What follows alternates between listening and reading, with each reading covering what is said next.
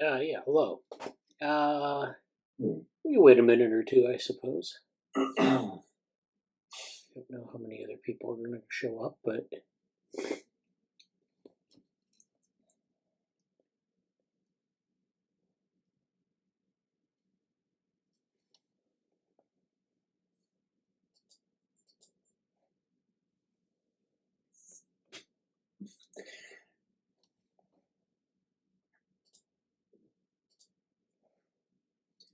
it's only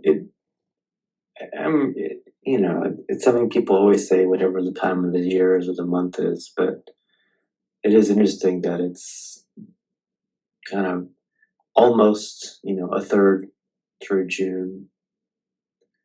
It feels like we just started all the Google Summer Code stuff, and now we're in the coding period, and fall, like basically like fall's about fall. In my mind, it's like fall's here. yeah, I know. Because of like the grad school stuff and NeuroMatch stuff and everything else, and it's like, well, I think I am gonna do NeuroMatch stuff. I signed up for it. Not 100%. I may still like decline it ultimately, but we'll see. What are the dates for NeuroMatch? I think it's mid-July, like mid to late July. It's 2 weeks, which is interesting because it's 2 weeks. I think it was 3 weeks at one point. So I don't know. Yeah, I think. Well, yeah, maybe they did shrink it down. I guess it used to be like I think 2 weeks, and then they had projects. So. Oh yeah, maybe I'm wrong about that. Well, I mean, I don't know, but hopefully, it's always a mad dash to do things. I've been a mentor for, of course, about 3. Well, this will be my 4th year. Yeah, and it's always like people are always trying to get through their projects, and they're learning all the stuff at the same time, and yeah, it's always a mad dash to get done, and yeah. I don't know how you could make it any shorter, really. Well, Amanda. Morning. How are you guys? All right. How are you? Good. So, what's new with you? Not really anything since Thursday. Yeah. It's kind of funny because we've now met. Bradley and I have met every day since Wednesday. And then the only time that Amanda wasn't involved with that was yesterday. So they have it's like some records for like continuity of interactions. Yeah, I mean, I have a couple like general updates, but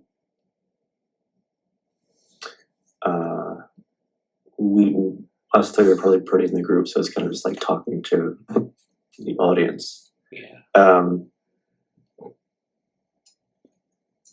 It's been a good week in terms of doing some writing and fleshing out some things. I'm kind of excited about most of my stuff.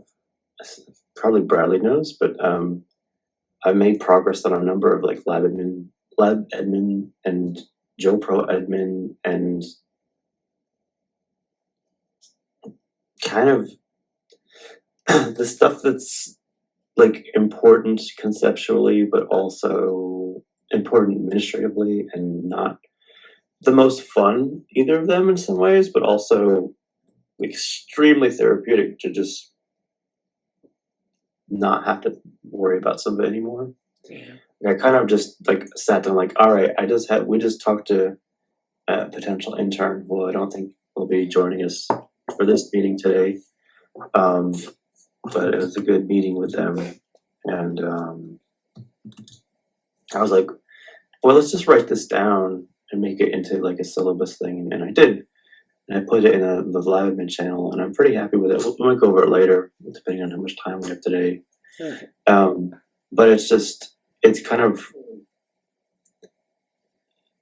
it's nice to kind of make a document about that, and it's at a slightly zoomed out level. It's a very interesting time for me because I'm getting some of that like actual administrative or like pedagogical experience of seeing a need for a curriculum about something in one area, and then developing or like defining a curriculum in another area, and then doing like a lot of intermediate or deep theory work in like the cognition future stuff is like deep explorations of what could, like, kind of one of the implicit questions in the cognition future is like, what would or could a curriculum be for this, and I'll get to it later, but one of the things that came up is like I think I have a new question and a new potential paper to write, or like a blog post or something that I'm putting together, all in those spaces. Like I'm actually filled one out. One of the new questions is inspired by a discussion we keep going back to, and I think Amanda put words to it in like the Thursday or the Friday or the Wednesday meeting really nicely. I don't know if it was intentionally or not, but it was something about like, well, if cognitive science comes about as the result of this relationship to computer, and we're kind of moving past, it's not a computer, the brain isn't a computer anymore, your mind is a computer, we're moving past that analogy. So like, what is cognitive science at that point? And I feel like that's a really, really great question and dovetails super nicely into our discussions about what is learning, what are these analogies are for learning, but also like straight up, what are the analogies of, like I'm referencing the India Cipolito podcast where she kind of breaks down, yeah, it's sort of the sequence of objects, not necessarily machines, but objects or machines or whatever across time that we're relating to in like popular parlance, popular speak about this stuff. So I think that's a really fun set of things to think about, and it's. I drafted a little bit of something. I played around with some GTP stuff to get some across time context for some of those things that I might talk about later. But it's been a lot of that stuff this week, and it feels really good to do it. The biggest thing on my mind generally is I really want to. I don't have to finish. I'm not going to have a presentable version of Frontier Map entirely by the time Wednesday comes. Wednesday's hybrid digital designs with the Jenny and stuff at Cambridge. But I'm really excited about the conversation I'm going to have during that, and kind of alluding to what I'm trying to do with Frontier Map, and also being able to kind of see the space, writing the syllabus that I mentioned for the intern stuff is like, at the bottom is basically like insert Frontier Map here. Like the default thing a lot of the interns have is basically I'm brand new to research, particularly with like the Albany program, which is literally through the undergraduate research center, is I'm new to research. I don't have a lot of experience. I don't really know what to do. I want to get some experience. I want to get background. I want to develop. They don't necessarily use these words because they don't know what it is. But they're basically saying, I wanted to get the fundamentals down. And I liken it to like football because I'm a college football fan, and it's like the off season of this training camps. Like there was spring ball and there's summer ball, summer and fall camp are coming up basically, and it's like I think, okay, what's the most like football is about blocking and tackling. Like what's the research equivalent of that? It's like, well, kind of reading and writing and then presenting what you're thinking about. Like these are the fundamentals that you just drill and do. And I know that's a strange thing in some ways, but like a lot of times people come here just saying, what people are most looking for is sort of an arena of a content topic of interest, and then some guidance about developing the fundamentals. And that's kind of what the syllabus is trying to provide context for, while indicating a few things about the values of the lab and how we go about stuff. So I mean, it's good to have that, but also, like I said at the start, it's a cool moment for me to see these different pieces of like intern needs for syllabus, frontier map as like a method by which the basic default stuff that most people want to do to get content is designed for. Also being able to present that at a higher level later this week, and then like the cognition futures other part of it too. And there's something also, like I think it was last week, my last sort of personal update teaser before like specific updates is, I think it was in last week's meeting that we had a really cool discussion about I think I said something like modern day Norbert Weiner and just like how across generations there's certain, like older generations grew up with like 3 channels on TV, like boom, boom, boom, boom, boom. You had very limited opportunity, but also like the space and the means by which you were navigating these channels and how the mediums related to you were pretty like they had limited amount of variation in it. And now it's like almost incomprehensible how different that is, because you can get your customized Spotify playlist and all these hyper tailored ads for you, profiling you in all these different ways, and you can make a digital world and an avatar that changes based on your mood, or get all these different augmented reality versions of yourself all the time. And it's like that's just such a gap. So I'm curious about that, and I've written a small something I'm going to turn into a bigger essay about that specifically, and I might talk about that at the very end of things today, because it ties with a lot of the streams we're talking about, and I even just kind of talking a bit about the reading group. I don't have my thing here, but it's been really great. It's been really great to go through the Norbert Weiner book. So thank you, Amanda, for kind of human use of human beings doing that stuff. But that's basically like super swooping administrative / personal update, and then I'm going to go to this. Okay.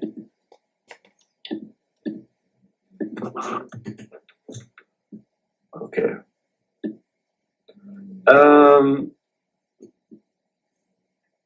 So we just did introductions.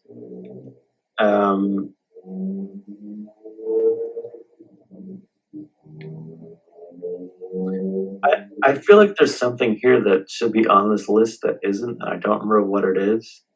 But basically, we have 2 submissions to eRobot. I don't think they're listed out here too well.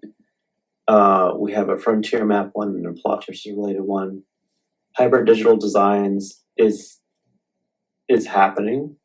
It should probably be here. That's the 14th. That's going to be maybe most fair to say like it's plot twisters related, in that there's going to be Jenny and I think Y2K are going to be. I think it's going to be really early, so I mean I won't be there probably for the plot twisters related one, but I might try to show up for it if I can, depending on what else is going on that day for me. But around, I think like 11 or 10 o'clock a.m. Eastern time, sometime in the morning, I'll be presenting on my thing there. And no, I don't have it here. But basically, it's it's like frontier map and a little commentary, kind of a little bit of commentary related to what I was saying about Norbert Weiner just now, but commentary on how like how can we build sort of these tools or like educational technologies or a lot of the things under the banner of like the education banner here in the lab. It's sort of epistemological directories, knowledge maps. How do we build or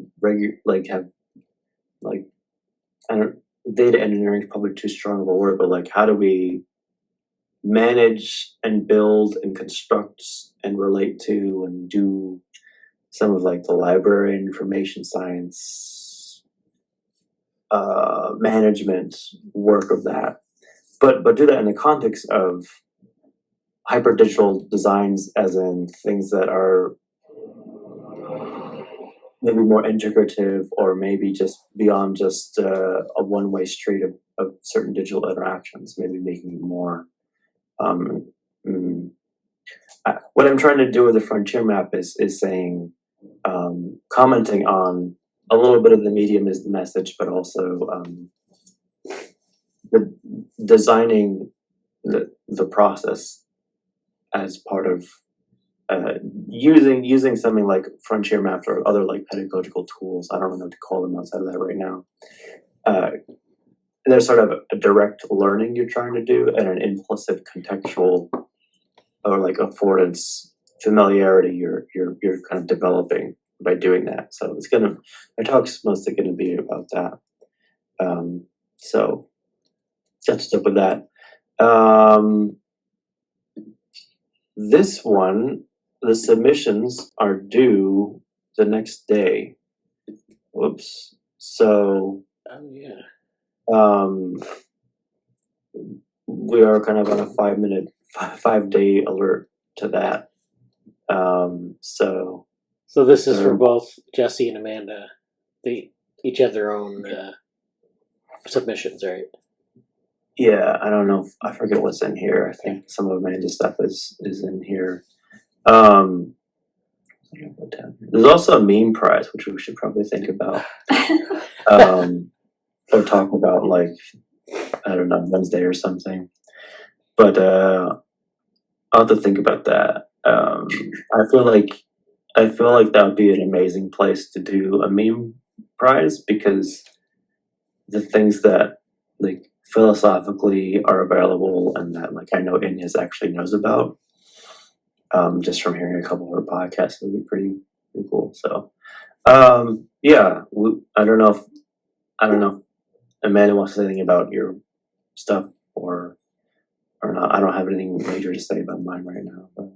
No, I'll ask for comments in like a couple days when I flesh it out more. Okay. And we know where to submit this. We have the links and everything. Mm-hmm. Okay. Yeah, it's just get email, and it's like 500 to 1,000 words or so. Okay.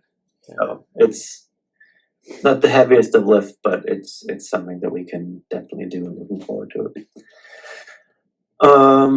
Frontier Map preprint, that is ongoing. I'm a little bit less focused on paper and more on some of the immediate applications of it. But like I would love to just tuck it into. I would love the current batch of interns to have at least a prototype frontier map process to go through and say, well, here's what you can do. Here's the process we've thought about, and put some do this thing, and you will achieve something of value for yourself. And there's an interesting like kind of an actual sequence that we can follow along here. I don't think anything's happening with this one. There's still one we can, I think, submit to. That's later, but it's totally not on my mind now. The embodiment one.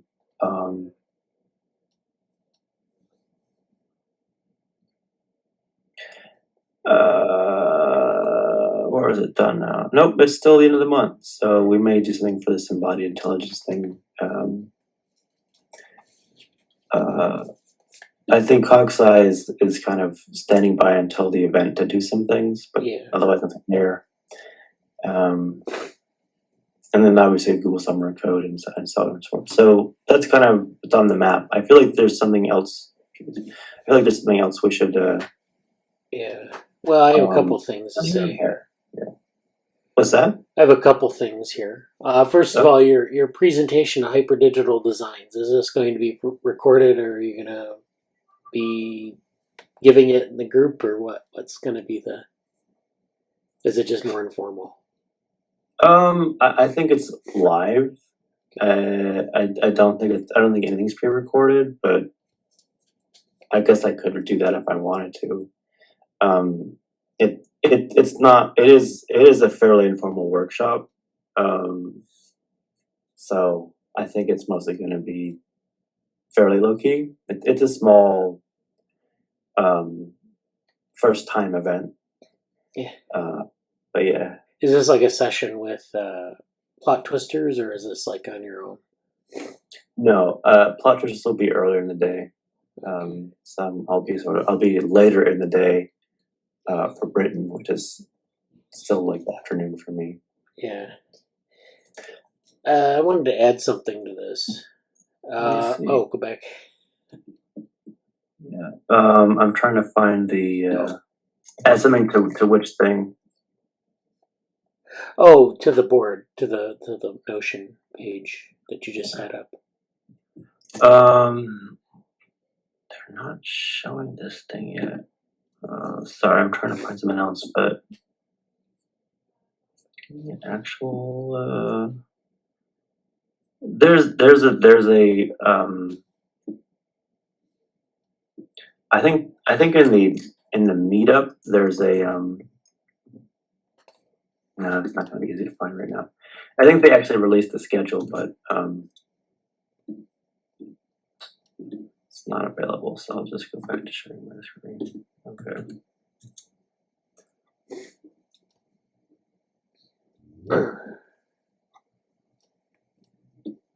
Vrushali.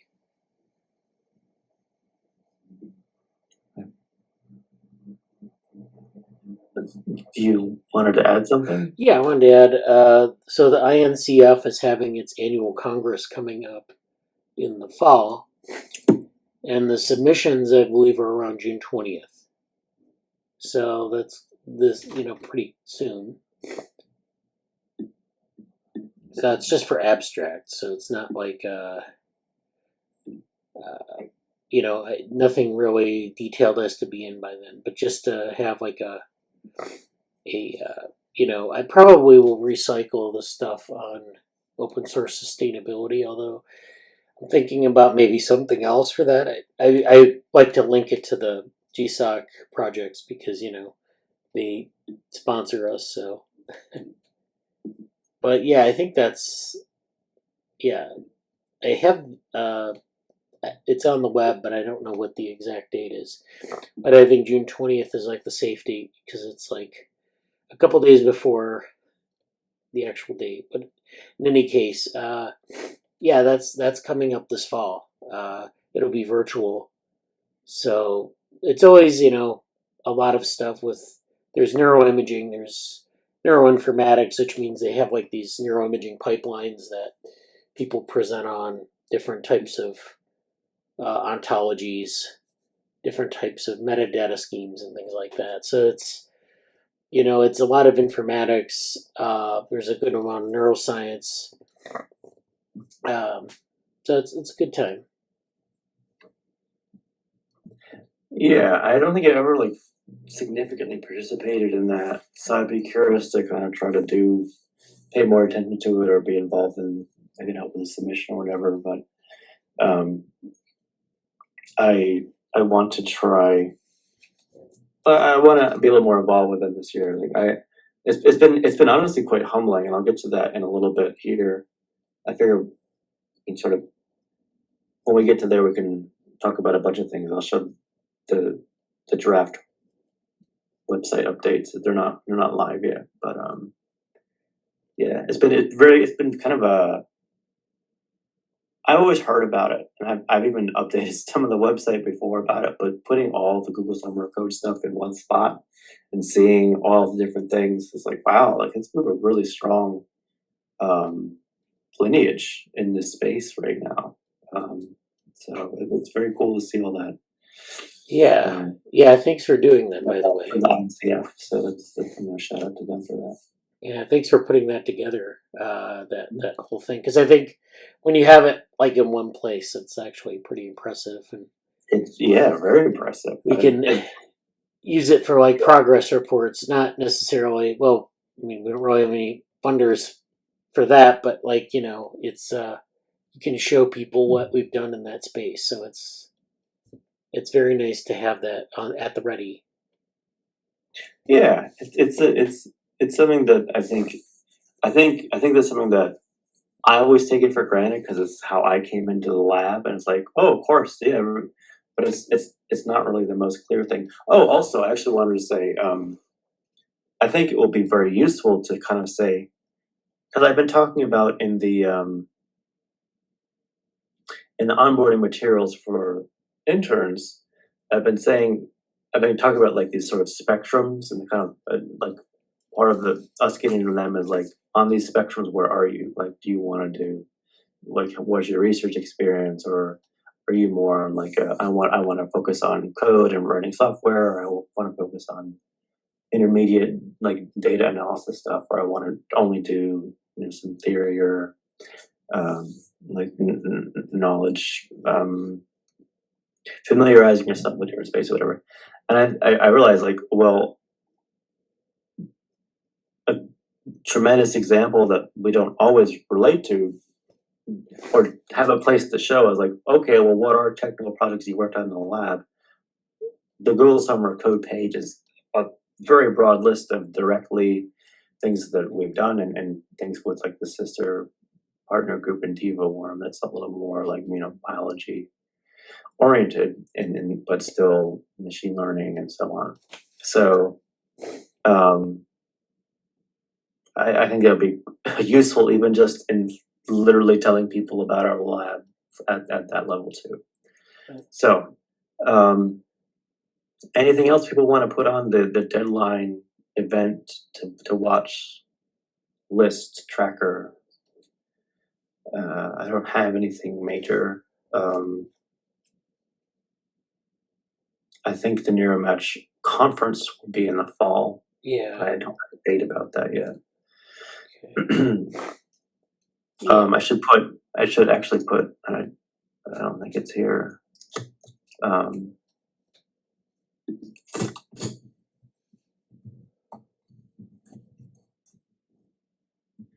That will be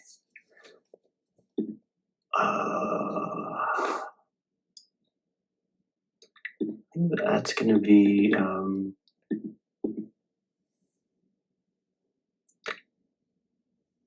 something like this. But I'll fix that later. Suffice to say, it's mid to late July. Yeah. Which isn't that far away. Yeah. It really isn't. Cool. So,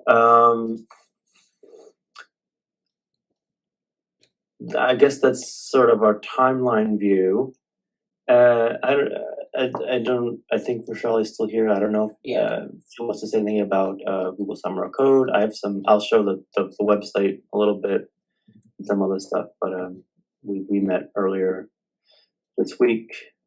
I did not put the video in here yet, but the video is online, so it's cool. I'm gonna pull up our website. So okay.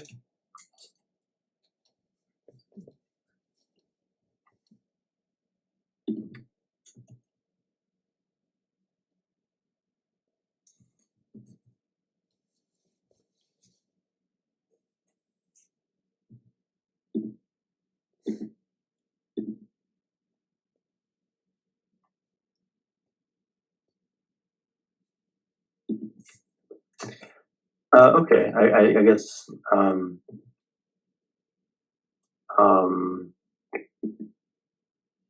Vrushali is not going to be sharing anything. It looks like. Oh, okay. Well, I mean, yeah, you don't have to, but it's your opportunity if you want to say anything about it. Okay. Because I don't want to interrupt. Otherwise, I'll just share the website. There we go. So, just I know I just repeated this a few days ago, but kind of as it stands, we've had kind of Google Summer Code tucked away in here. We've had two kind of 2.5 to 3 major volleys within the orthogonal research education lab. I came in during this sort of cohort here. Suffice to say, it's kind of been getting spread out, and for a long time I've been like, oh, I've got to make a Google Summer Code update website, so on and so forth. And we're kind of moving towards this. This is not yet live, but we're kind of gonna have a little bit more of a coherent page where we have our sponsors, the funding organization, actually listing DevaWorm and Orthogonal Lab together, all the stuff here. I'm kind of a simple breakdown of what the program is, a little bit of background about the different components that are still in the works, and then just listing them out. I think I'm kind of settled on something that's like this and playing around with a bunch of layouts, but we have Raj and Vrushali here, who are our current orthogonal students. There's quite a few. There's a few DevaWorm people who aren't. I don't think they're on this website yet, so I'll need to find a list of them somewhere. They're not. I It don't should bel- be in the DevaWorm site. So if you go, yeah, like, well, yeah, there it is. I don't think the latest ones are here yet. Oh no, I haven't updated anything for 23. I don't think, but Yeah, this like I can ask in DevaWorm to get the basic information from them too. But I am putting these other folks in here. So in 2022, we're getting like all these folks going way back, and the formatting isn't quite yet complete. But I think I'm going to just think kind of basic, and I may even add some numbers just to say like, yeah, we have a whole bunch of people here, but it goes back. There's still like I think 20 or 21's 2020 or 2021 had DevaWorm folks too. Yeah, they did.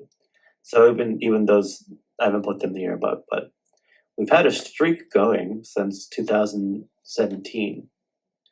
So this is basically our I don't know the better part of a decade that this has been happening. So that's an achievement, something to celebrate.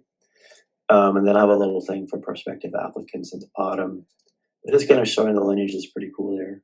So I've done a little bit of time on that, and we'll continue to flesh it out. And I will have Bradley and other people look at it before it goes fully live. So. yeah, that's very good. Thank you. And we'll get that all ready to go. And then we'll probably do a blog post on it. For the GSOC, we haven't done that yet for Medium. I wanted to wait until we got into the program a little bit to do it, but that's okay. Then we can have that as part of the update. Okay, we have this new resource. We also have the onboarding guide that you're working on. Oh yeah, I guess that's pretty related. I'll I don't know if you're in the state to show it. I mean, it's kind of I think it's pretty. There's nothing, there's no proprietary top secret things in there. Yeah. But it's cool. I actually like it a lot. This is there you go. That's all. That's the onboarding guide really in one slide. Like that's it. You just need to see that. I actually wanted to find an Undertale. And Undertale is what the kids play now. Yeah. I may not get the classic NES. I think this was original Zelda reference, but I was looking for some variations in that. But for now, that's it. But just introduction about the lab. I think Bradley had a nice comment or two about putting the map in and stuff. Yeah. But just good. Just have like the introduction, a very accessible introduction, and then put the map in later, because it's like if you show the map first, people it's a lot of stuff, and then that's something I was reminded of again, and I kind of feel bad. Apologies to Andy if you're watching. Like I might have dumped a little bit too much on you at once, and I kind of forget where we are in the like introduction process. But I think that's right. I think this is actually I think this is a nice welcome. I kind of say, hey, we're a little bit different in that we're kind of treating you like a grad student, but we really want to find the balance between understanding you are not necessarily one. And this one is generalized. Like this isn't tailored necessarily to the like U Albany internship program. I could do it and just like totally like identify it as such, which for more formal uses and like curriculum stuff or getting credit might be a good thing to do. But this is the most general version right now, which is basically explaining how we're a little bit different. I basically have developed a kind of a general algorithm, if you will, of sorting out a bit of a sorting hat, where people are and what they should be. I like the idea of spectrums. I was in my let's just build cool stuff and write it out and make it happen hat. I was like, oh, you could turn this into a Google form pretty easily and use their like linear, I forgot, linear scales or whatever, and just do some of this stuff. But like that's a little bit involved.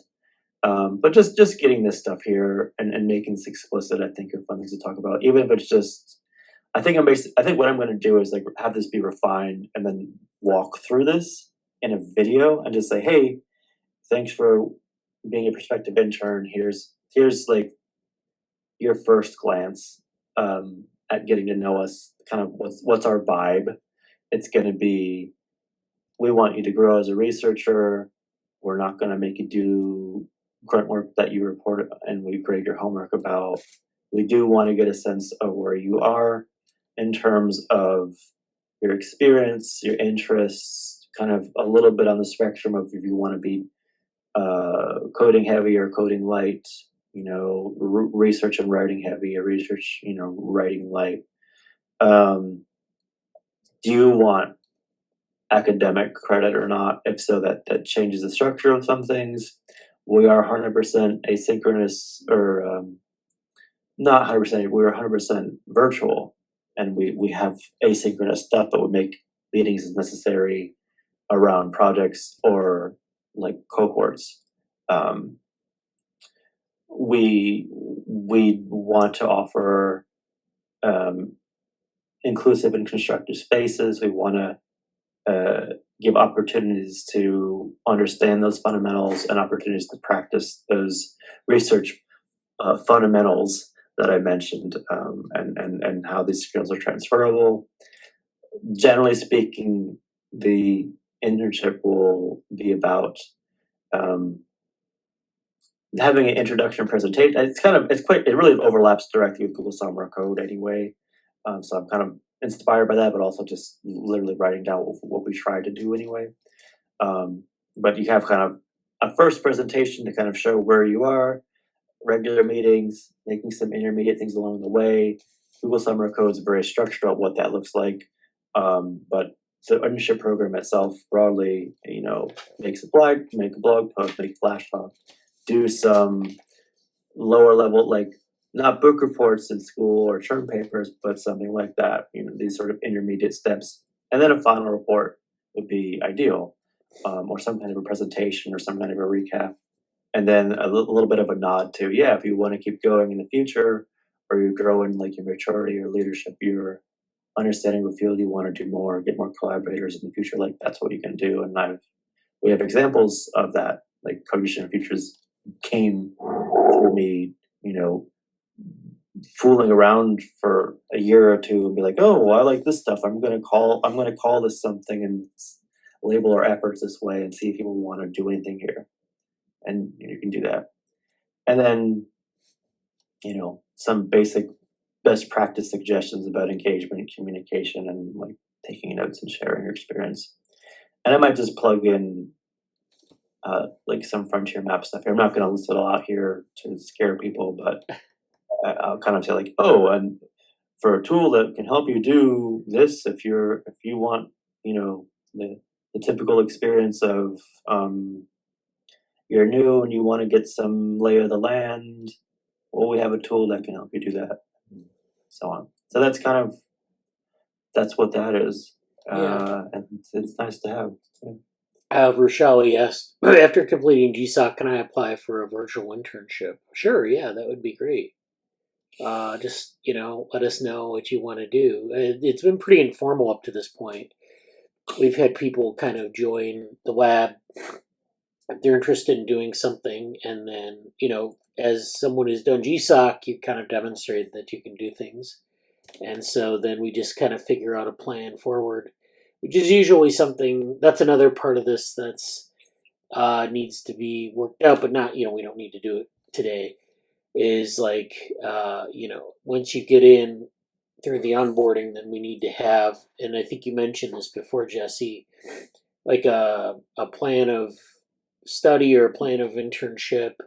So basically, one person, we had like a syllabus that we worked out, and that may be something required for getting credit, or it may not be. It's just a plan where you can just say, this is what I'm going to do.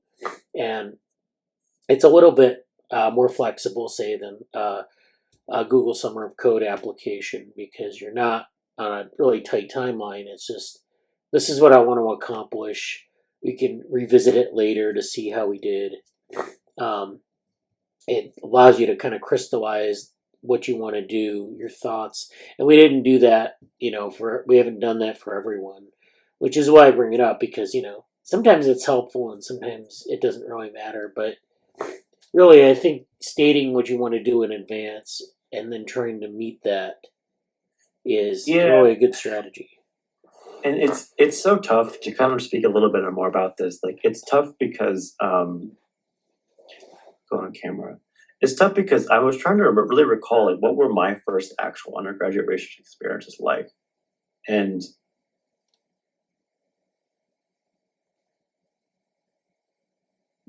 I was a little weird, and I worked in like at least 4 to 5 actual different research groups in my undergraduate time back at UAlbany. Actually, probably more if you count other things that happened like outside of my main program. And I don't necessarily recommend that.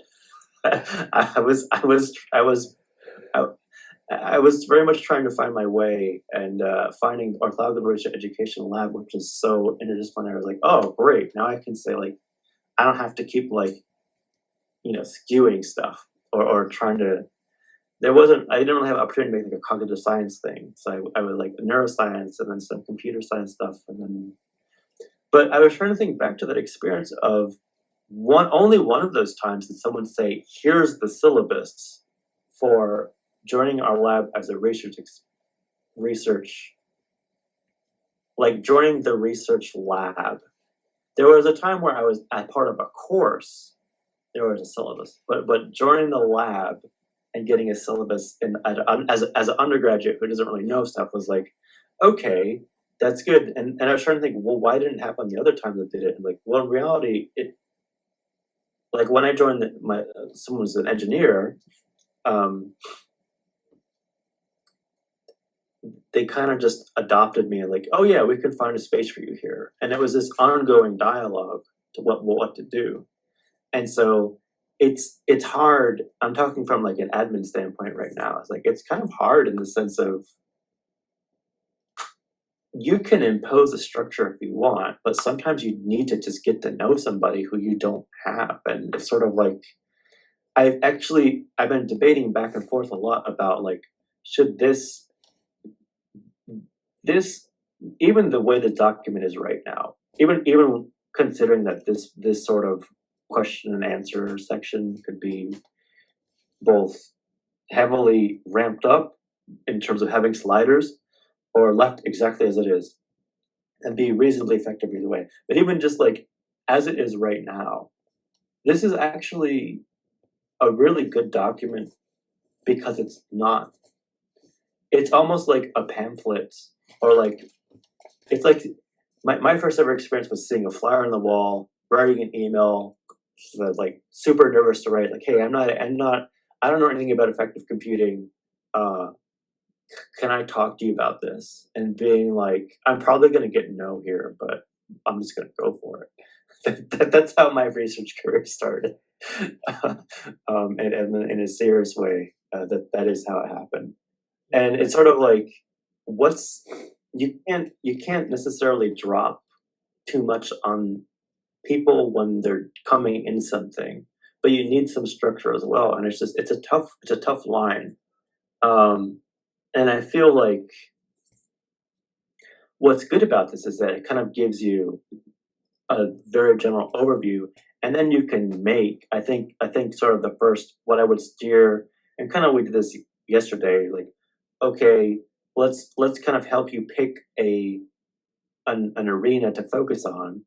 But I think an initial I didn't specify this would be like a really great, kind of like what we do with Google Summer Code. I would like to do the intro program where it's like, let's have a very basic introduction of yourself and of interest that you have and the project you might want to do, or something close to that as like a first deliverable.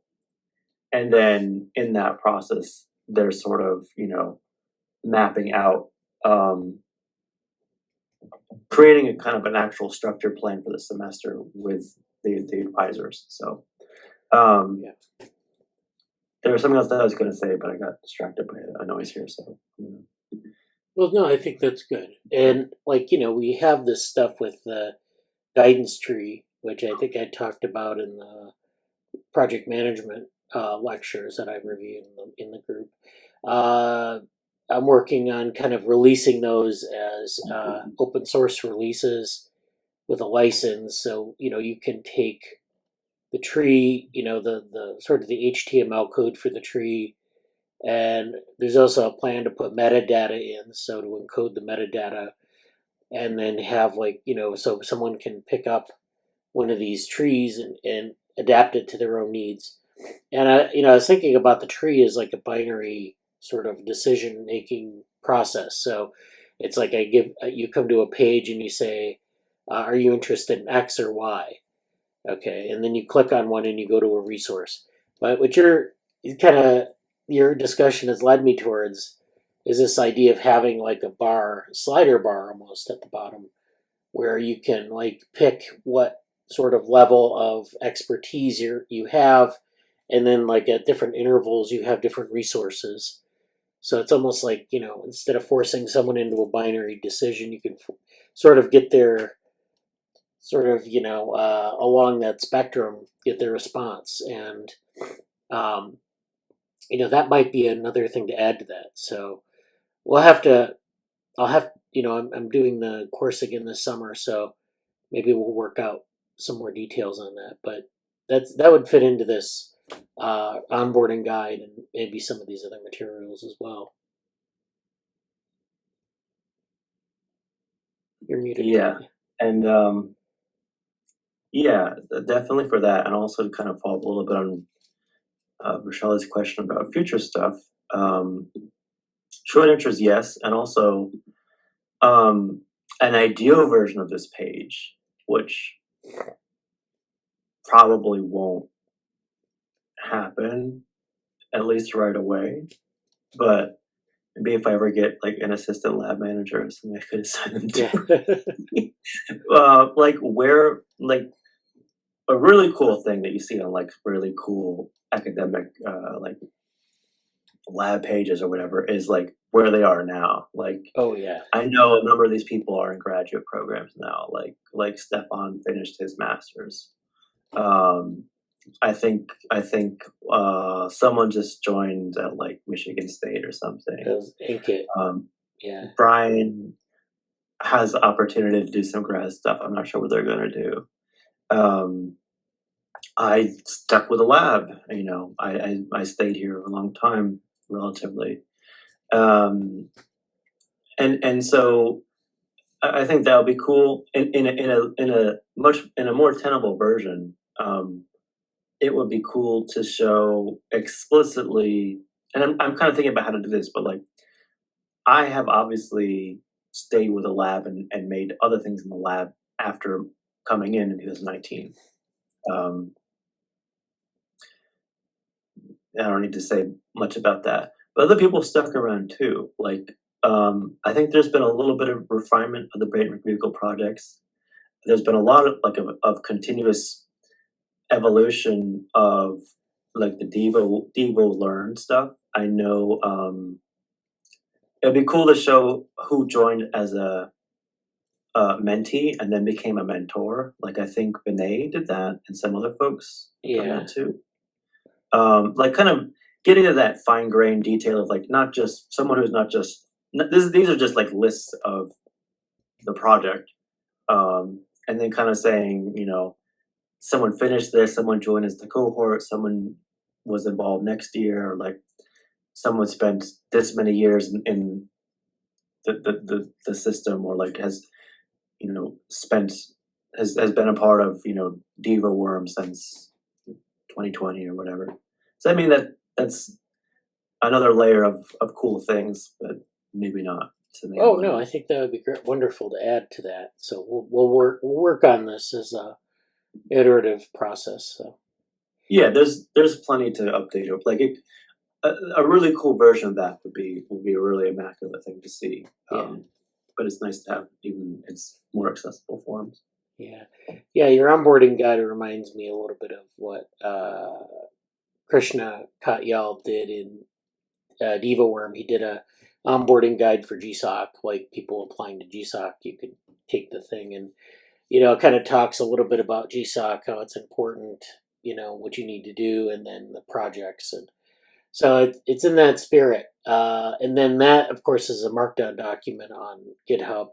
You don't have to make it a Markdown document, but it might be useful if people want to contribute later to different things. We want to add in, if we want to have other people contribute to it. So thank you for that, Jesse. That was great. So I want to move on now to some things. The first thing I want to talk about is I'm going to talk a little bit about something called spatial computing. And then I'm going to move on to a paper that I think we discussed earlier this week in a meeting on different metaphors for the brain. So this should be fun. So I'm going to share my... Oh, go ahead. Oh, what was that? What were you saying? You were going to share your screen? I'm going to share my screen, but we're going to do that. I think we're in order, probably the spatial computing thing first, and then okay. Yeah. There's a few other updates, but they're not anything. They can easily be pushed later. So okay, let's go. So this week, Apple announced that it's building headset Vision Pro.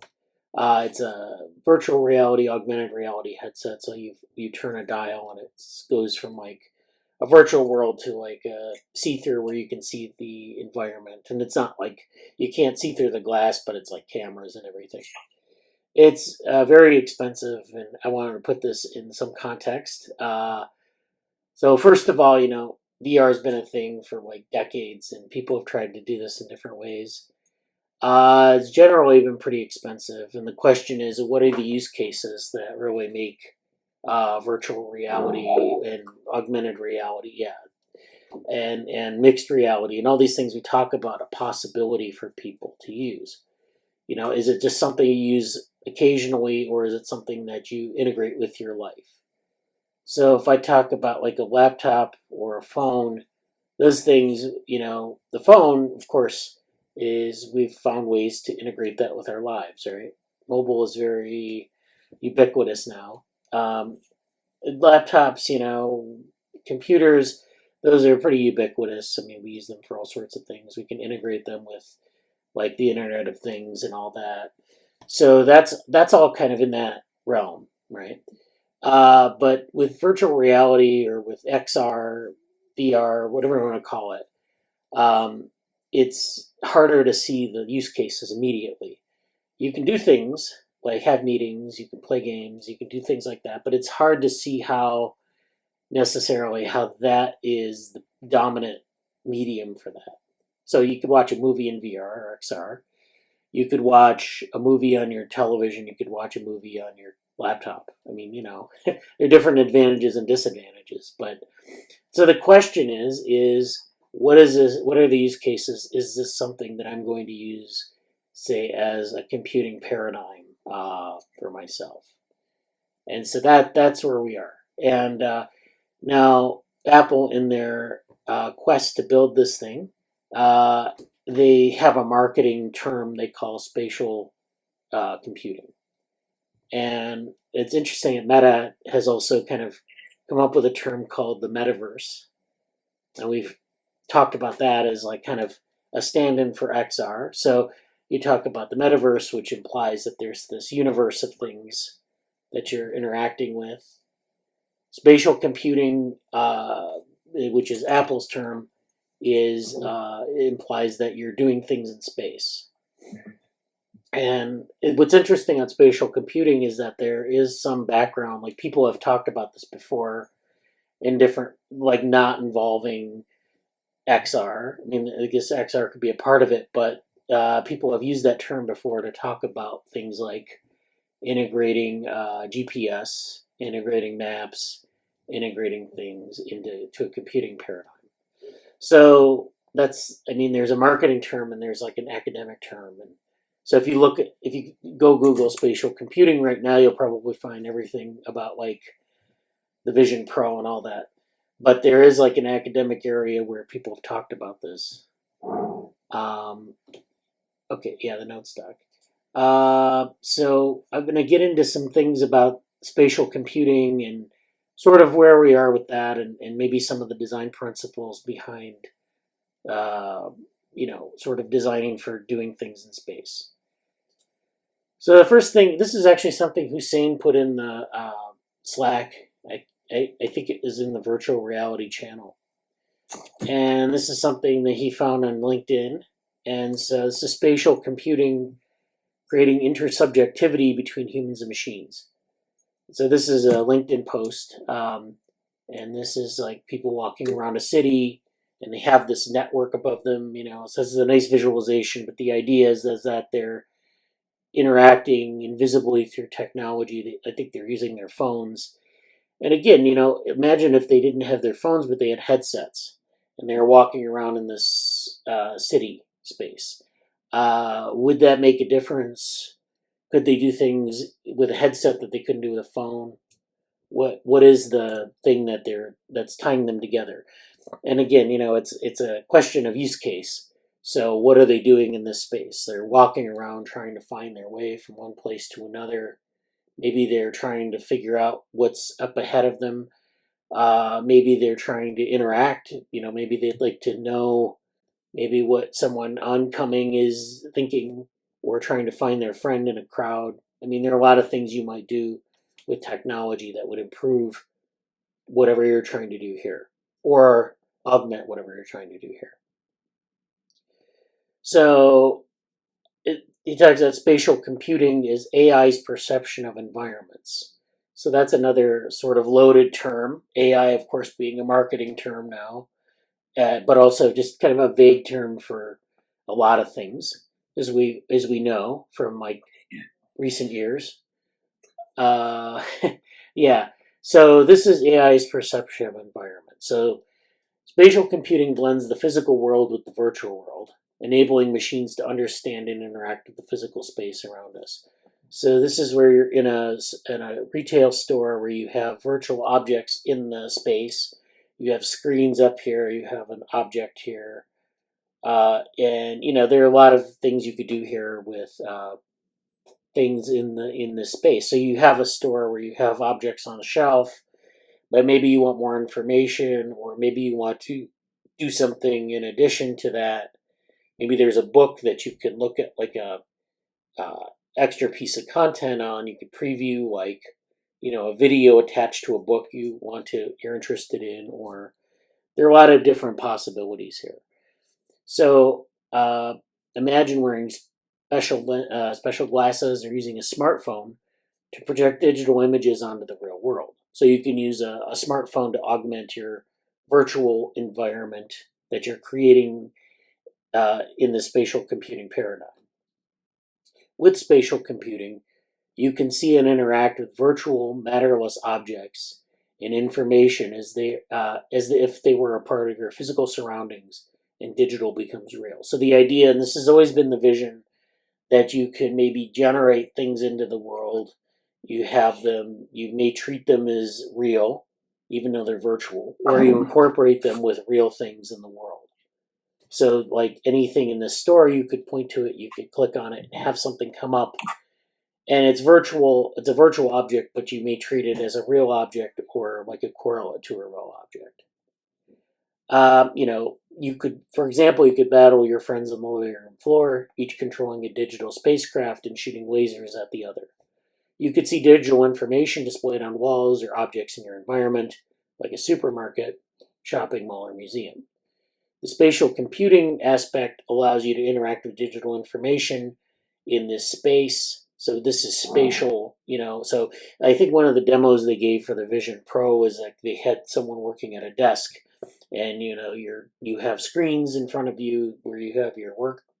You have maybe 3 or 4 screens, which maybe improves upon your physical workspace, but also it allows you to move them. It allows you to interact with other things, and there's this spatial component. So you have this, you have things on the left, you have things to the right. You can manipulate things in space, move them, but it's always like tied to this computing paradigm where you have like a file system, a menu system, and so forth. Spatial computing allows us to interact with digital information experiences naturally and intuitively. It is the conduit through which machines can perceive and act within our world. So this is where you have this machine intelligence that's acting in the world, or through that you're using that intelligence to interact with the world. So it's basically like augmenting your own intelligence in that way. And then spatial computing could enable AI to better perceive and understand and interact with the physical environment. So then talks about how computer vision can parse the world. So another advantage of having like this augmented reality system is that you're creating kind of you see things as like the real world through a camera, but that camera can act as a filter. Basically, it can take that world. It just basically, the way that the Vision Pro does it is it takes an image of the world, it reprojects it onto your eyeballs through the visor, and there's some projection systems and all that are involved, and it adds in information, adds in context. It actually processes that scene. So you're seeing the world, but you're seeing these things on top of it. It helps you to see the world. It's basically like an augmented eye. So you can modify the world, and there are a lot of maybe ethical issues surrounding that, which we won't talk about right now, but suffice it to say, there's a computer vision component here. There's a connectivity and sensing component. So, are you connected to someone nearby? Maybe, you can use that to sort of as almost like a social media system where, you can find people with common interests on looking at the same thing in the distance. You can also get good sensing information above and beyond your own senses. So you could have an infrared or a UV sensor or a sensor suite that would allow you to see things that you couldn't see with your own eyes, with the naked eye. And so, you can find new things in your environment, find new features. You can also incorporate GPS into this, so you could tell, like, you can navigate within the world without having to, say, look at a map or consult a GPS device on your car. So it makes it more seamless. You don't have to keep breaking that sort of sensible flow, psychological flow that you would have when you're interacting with the world. So they talk about Apple recognizing the potential of spatial computing. They talk about the fabric of shared perception. So this is really get into the intersubjectivity thing. And I think this is interesting for the shared interfaces work, is that there is this idea of intersubjectivity. So when you're interacting with, if everyone had a spatial computer, and again, that it's debatable as to whether that's a mass adoption thing. Maybe it is, maybe it isn't. If everyone had a spatial computer in your crowd, in your cityscape, would they be able to find people and develop shared understanding of things? Could you design a content that would allow the people to do that? And would people do that? Would that be a use case that would be so compelling so as that they wouldn't necessarily need to use a phone or some other device to do that? So that's where this is going. Intersubjectivity basically is a shared understanding of and meaning that emerges through social interaction. You're mutually recognizing and interpreting beliefs, experiences, and intentions. So there's this aspect of experience, and we've talked about that, of course, in some of our other meetings, where there's this aspect of shared understanding or just experience of the world that's important in cognition. That's what was very vaguely gestured towards in the shared cognitive interfaces poster of We Robot last year. Yeah. So I mean, there's a basis for this. It's basically the people who are doing this in technology. I don't think there's a lot of like theory around it or kind of like thinking deeply about it. It's just kind of a vision. So Yeah, exactly. right. But no, that means that there's room for putting this more in a more rigorous context, I guess. So yeah, in this case, spatial computing facilitates the creation of immersive and interactive digital spaces where individuals can interact and communicate with virtual objects and environments. So in this context, intersubjectivity extends beyond traditional social interactions.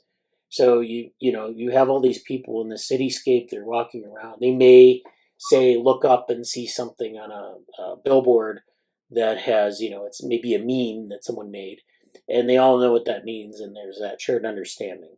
But with a virtual environment or with a spatial computer, an augmented environment, they can communicate with each other what they saw if they understand it. Maybe people weren't in on the meme, on the meaning of the meme can be brought up to speed, and there's that sort of aspect to it. So there's this inherent link between artificial intelligence, augmented reality, and robotics. And they didn't really get into the robotics part except to say that there are servo controllers and things that are involved. There's automation that is underlying a lot of this as well. So this is a paradigm shift. You can use robots to sort of facilitate things in space. You have automation, you have simulation that's seamlessly integrated with the real world, and all that is what they define as spatial computing. So this is Demir First, I don't know, head of communications at Aki Labs. When they say they define, is he speaking for the lab or for Apple or for like this is what we're defining the field of spatial? Well, this is they define. Where is that? You said this is what they're saying spatial computing is. Well, I think this is the vision in this article. Apple has like its own. I think they're following this model more or less, where they have the augmentation of reality, where it's basically a computer on your face, but it's also that you're doing things other than like that you can't do with a phone or with a laptop or whatever, tablet, iPad. So that's So and then you have biometric sensing, which allows for security, environmental sensors where you can sense position, and so in a lot of XR, these positional sensors are extremely important. So in the Vision Pro demos, they had like you can use you have to use pinch gestures, and in general, gesturing has been an important interaction mode in XR or over the years, like, you swiping like this, or pinching, or, tapping your forehead. There are different ways that people have worked on gestures. And, you have controllers, but you also have gestures. And those are, taken together, those are the two dominant interaction modes. But it relies on a lot of tracking, a lot of inertial tracking, positional tracking, etc. So those are technical issues that have to be worked out, and they have to be worked out in real time. So you need to have AI working in the background. It's so interesting. Well, I don't know. I don't know. I don't want to interrupt. I have sort of a general comment. We could do it after. I mean, I just wanted to get through a couple more articles. And go ahead. Yeah. Yeah, we'll do that after. So this is a special issue on spatial computing. This is like the academic view here of this. So this is from Cambridge University Press. This is the Knowledge Engineering Review. They have a special issue on spatial computing, and this is something I just found through just a very quick search. This is from 2016. So this predates a lot of the hype, the current hype. So they have the spatial computing introduction to the special issue, just talks about these articles, trading accuracy for speed, approximate consensus, spatial awareness and pervasive ecosystems, optimizing large knowledge networks and spatial computers. So a spatial computer to them is something a little bit different. I don't think it's a XR. It's actually, this paper presents a novel concept of a spatially aware graph store, which realizes a graph store on top of a spatial computer architecture to manage graphs in 1, 2, or 3 physical dimensions. So this is about like data visualization, storing things, and retrieving data. So it's interesting how there's this aspect of, doing things in space, mapping things out. And there's this link, there has been this persistent link between doing things in like a virtual world and visualizing data, especially things in multiple dimensions, where it's hard to see things, with just kind of a quick 2-dimensional plot, or even a 3-dimensional plot that's just kind of on your computer screen, which is essentially in 2 dimensions. So that there's that aspect of data processing and things like that. There's storing massive resource description framework data, RDF data. That's a data format that deals with things in multiple dimensions. So there are a lot of these things, very technical, very dry, and there's not a very strong link to like what we're talking about in the last article, but those are actually underlying technical issues as well that have to be addressed in order to make the vision a reality. So there is a linkage there. It's just kind of like, you have different ways that people view this problem. So there's this article in Scientific American, which is from 2020, and spatial computing could be the next big thing. So they offer another vision or summary of a vision. This is beyond virtual and augmented reality. So this is going beyond that virtual and augmented reality paradigm. So let's see. Imagine Martha, an octogenarian who lives independently and uses a wheelchair. All objects in her home are digitally cataloged. All sensors and the devices that control objects have been internet enabled, and the digital map of her home has been merged in an object map. So imagine a home where everything is kind of digitized. You have what we might consider, we talked about this a couple weeks ago, a digital twin of her apartment, where you have home automation, you have like the spatial mapping, you have reference frame for devices, for like a visual prosthetic, like we talked about with the headset, and it's everything is co-registered with objects in the room, so that they're all sort of there. So as Martha moves from her bedroom to the kitchen, the light switch is on, so it's recognizing her movements from room to room, and ambient temperature adjusts. The chair will slow if her cat crosses her path. So this is just reacting to things in the room. When she reaches the kitchen, the table moves to improve her access to the refrigerator and stove, then moves back when she's ready to eat. Later, if she begins to fall when getting into bed, her furniture shifts to protect her, and an alert goes to her son on the local monitoring station. So this is taking the spatial computing paradigm, going beyond the headset idea, going beyond this sort of VR, XR idea, and then bringing that into sort of home automation. So the spatial computing at the heart of the scene is the next step in the ongoing convergence of physical and digital worlds. So you have this digital twin of the room. It's being operated on by tracking people's movement in it.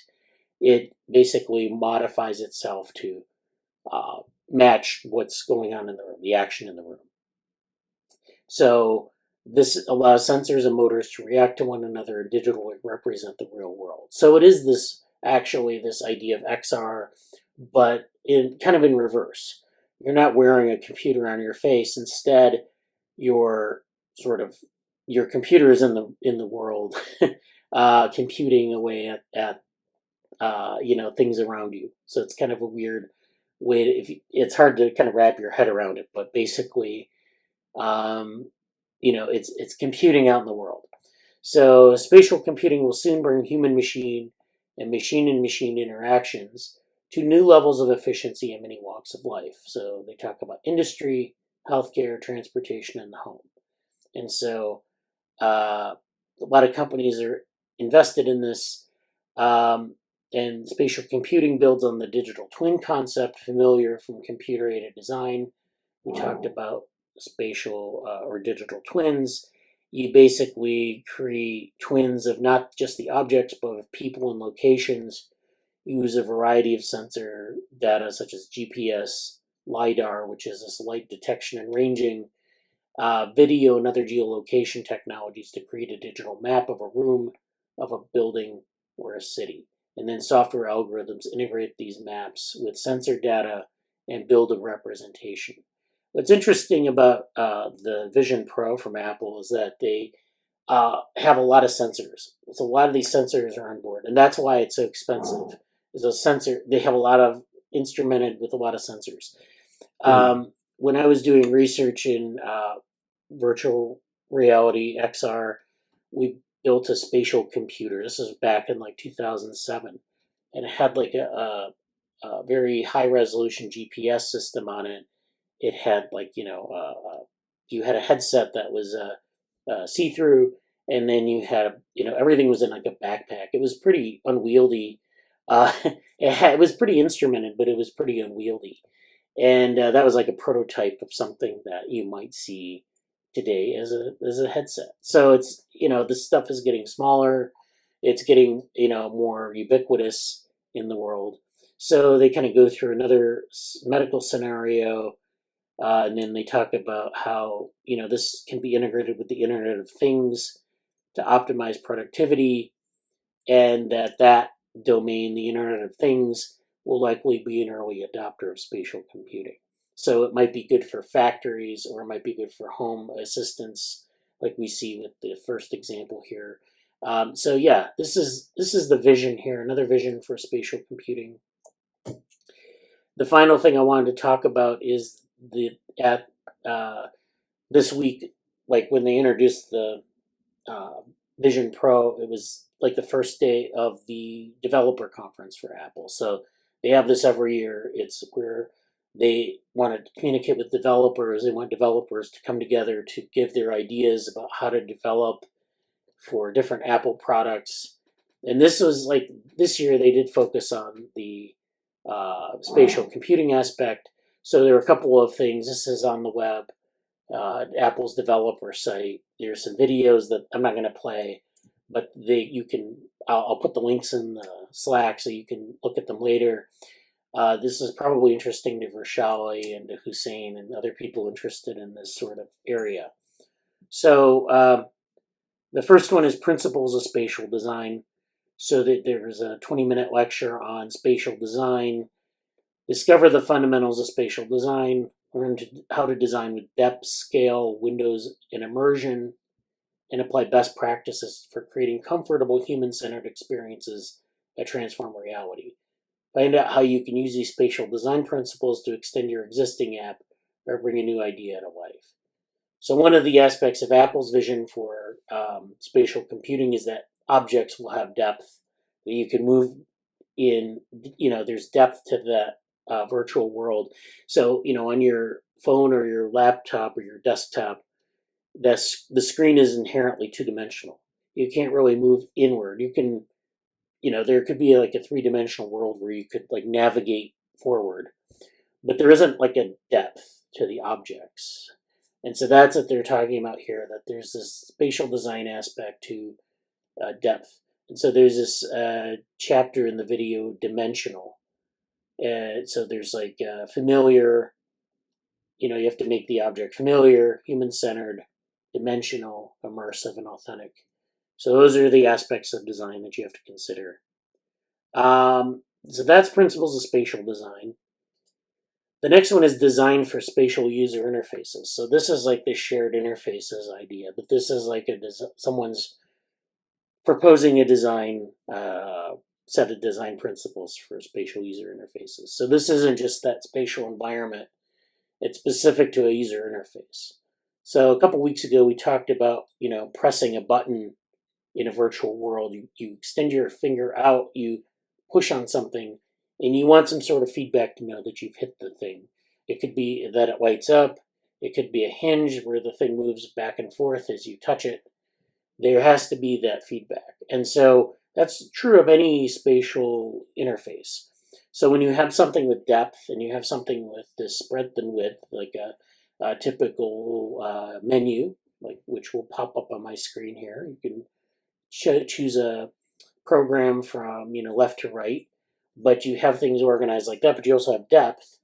You have to be able to manipulate things, and you have to have a specific design sort of language for that. So they talk about app icons, materials, typography, vibrancy, and layout. So this is from screen to spatial, going from that flat screen to the depth of an XR environment.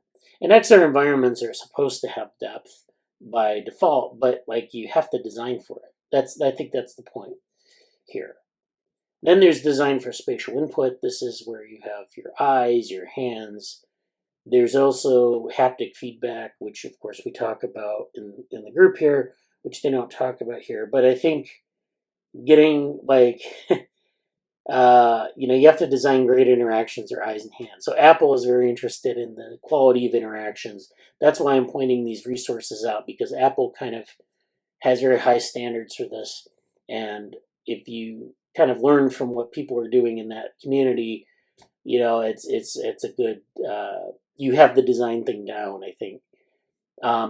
We'll share the design principles for spatial input, explore best practices around input methods, and help you create spatial experiences that are comfortable, intuitive, and satisfying. So they talk about that. Then finally, there are two more. Then there's designing spatial share play experiences. So this is just, I think, specific to Vision OS. Then there's this design considerations for vision and motion. So this is a different video where you learn how to design engaging immersive experiences for Vision OS that respect limitations of human vision and motion perception. So this is something that we haven't talked about too much, but there's this paper that I wrote on the super performers and super planners that's coming out this year in a conference proceeding, and then the Gibsonian information work we've done in the past and continuing into the present. We talk a little bit about these limitations and sort of constraints of human vision and motion perception. So this is something that's very relevant to this sort of thing. You have limitations. It's a critical thing to remember. We can't perceive things over a certain frame rate, or we can't perceive things under a certain frame rate. And so there are limitations that you have to design for. So in this video, they'll show you how to use depth cues, contrast, focus, and motion to keep people comfortable as they enjoy apps and games. And this is not just a trivial thing. Oftentimes, if you have really disconcerting things in the environment, like the sampling rate is off from what you experience in the real world, or you have things that are not synchronized, like sound and video or something like that, or motion, you can induce motion sickness, and people won't use the spatial computer anymore because they associate it with sickness, or they literally can't engage in the environment. So it's very important to design for things that are, that don't induce those kind of responses. And then finally, I have to mention this. So this Apple's Vision Pro is kind of in contrast to what Meta's doing, and they had a take on it, obviously. And so Zuckerberg came out and talked about some of the things he was thinking about. It's like he says Apple has no kind of magical solutions to the problems of AR, VR hardware design that Meta's engineers and researchers haven't already explored or thought of. So these are issues that everyone's thinking about, but you have to implement them, and you can implement solutions, but they cost money in terms of the device. So that's going to impact mass adoption. On the other hand, if you have a more affordable device, it may not have all the solutions of the space. So it's it's a trade-off. And so they're working on a kind of a different approach. There's a real philosophical difference between Apple's vision for AR, VR, and Zuckerberg's, or Meta's. He claimed Meta wants to deliver fundamentally social headsets at prices most people can afford. So fundamentally social, I guess, means social interactions between people, like gaming and things like that. But of course, as we've seen, there's a social aspect to spatial computing, at least the way Apple defines it, and more generally, that is, has to be there, I guess. And so, the price that most people can afford, the focus is on being active and doing things. So, focus on moving around your environment, whether that be like, exercise or playing games or whatever. While Apple instead pitched a person sitting on a couch by themselves. I mean, it's maybe debatable, but he admits Apple's approach could be the vision of the future of computing, but it's not the one I want. So, it's like kind of defending his turf. But yeah, I mean, this just kind of gives you his response to it. I think it's good for the entire enterprise. But I think it's also important to remember that, there are a lot of unsolved problems, and that this isn't magic. It's like there's a lot of technology that needs to be coordinated and a lot of things that need to be in place. And then ultimately we need to design for it. There are a lot of issues with human perception and human neuroscience, and, neuroscience more generally, that we can draw from to improve some of these design principles. So, Jesse wanted to say some things. Oh yeah, I mean, I put stuff in the comments, but even just before we get to them, just directly following this, I feel like there's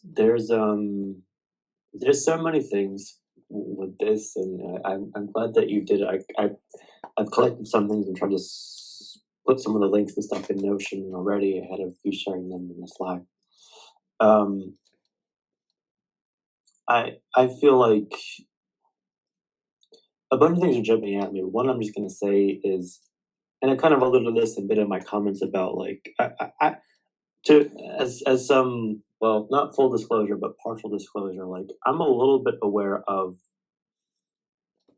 on the sort of health tech side of things.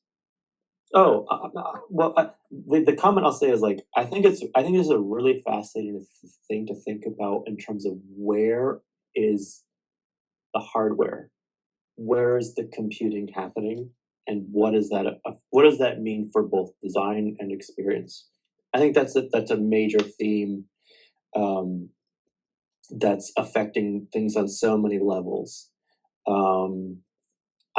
As my disclosure is, like, I do stuff in the health tech space, but not anything as directly.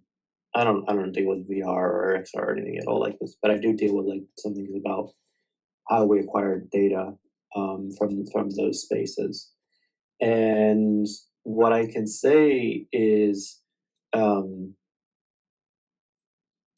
I was jokingly, we were talking about like computer on your face. Um, I I have had this whole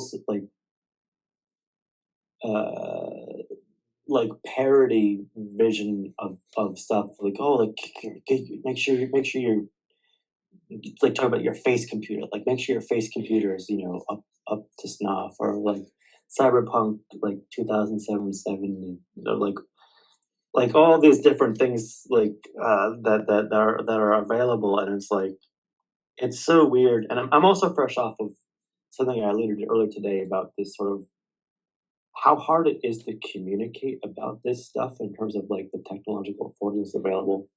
But to ground this back into media discussion, I think it's really fascinating to think about where the sensors are, where the compute is happening, and what computing can happen on the edge. And by edge, I mean like local to where the sensing is happening, as opposed to having a sensor collect all of the data and bring it back to the cloud or somewhere on the internet or some other place. You know, like that's a huge, like a really fascinating component to all of this. That's, I want to say exclusively engineering related, but like it's this arena is so interdisciplinarily interesting because of the fact that you're dealing with like engineering, you're dealing with the software and the hardware and the theory. Like all of them are kind of new and really putting it, like unavoidably putting it out there. Like we don't have this. And I do agree that it's kind of interesting to see Mark, not Zuckerberg's take, but like the fact that Bradley's last commentary before we open up for discussion, which is basically there's a lot of interesting challenges here, and having competing visions of what it should look like is important and kind of necessary right now because there's so absolutely a frontier. So that's my opening volley of stuff, and there's maybe a few things I'm going to try to pick up from the commentary, the comments I left, but I'll let other people talk too. Yeah. So. Excuse me. So do other people have things that they've just thought of that kind of come up to them? Interesting points. I was just trying to think of when I would use this technology, if ever. Yeah. Right. And I thought of like walking around town and you have the Zillow prices for each house overlaid on the house. So you don't have to, pull out your phone and look it up. Yeah. Not that I would actually use that. Yeah, I was struggling to think of when, like, what parts of my life would actually benefit from this, and I don't think any. I just have no personal interest in this at all. Yeah. And I think that even stems from, because what I was going to say as my version of that is basically going to be like, we already talked about it before about like the workplace, like the digital projection of the screens that you kind of can interact with in an augmented reality sense, or like typing on the keypad and stuff like that. And how, I think for Amanda basically said, I already have enough notes and papers here, and I don't want to screw with that process. I don't have a virtual twin. I don't have digital twins or digital versions of that too. And it's like, I get that. And you can, I don't want to speak for Amanda, but I feel like my version of that, what I would love is, I love the idea of having a desktop computer that isn't just a virtual machine I can pull up somewhere else, but like I could take with my headset. Like I would totally do that. I would love to not have to twiddle around with my, I think if there's a functional future for that end, it's basically like that. Like I don't want to twiddle around with my like real life stuff that I'm doing now. Like for the reading groups, I like to read on my bike or walking. By read, I mean listen, really. But I have to like make sure it's formatted the right way, because when I put it in the app this way, it doesn't do it, and like it's different on the desktop versus the web app. And it's like having something that just like I could just take with me or put on while still writing or seeing and playing in the background without all the other stuff would be amazing. And like that's cool. And I give a little bit of a nod to, I understand Zuckerberg's aim, and even though it's not great right now, like I think it's like if you take the metaverse stuff and leave the space, like it's not really that much better in terms of what I'm kind of alluding to what I want to do with it. Like it's not there now, but I think he maybe wants to go in that direction, and that's cool. But like I, it's sort of like it's tough to, I honestly don't know, and I imagine some people, like I don't, like I feel like there's a Norbert Weiner of somewhere who's like deep in the engineering of like XR in general, who kind of could see the future more, and I would trust what that person says potentially. But outside of that, like legendary insight person, I feel like it's so hard to say, because even in my day job, I really want there to be, and I'll kind of allude to, and I got the Scientific American article below, but then I also pulled up. I'm just going to share my screen really briefly to show it.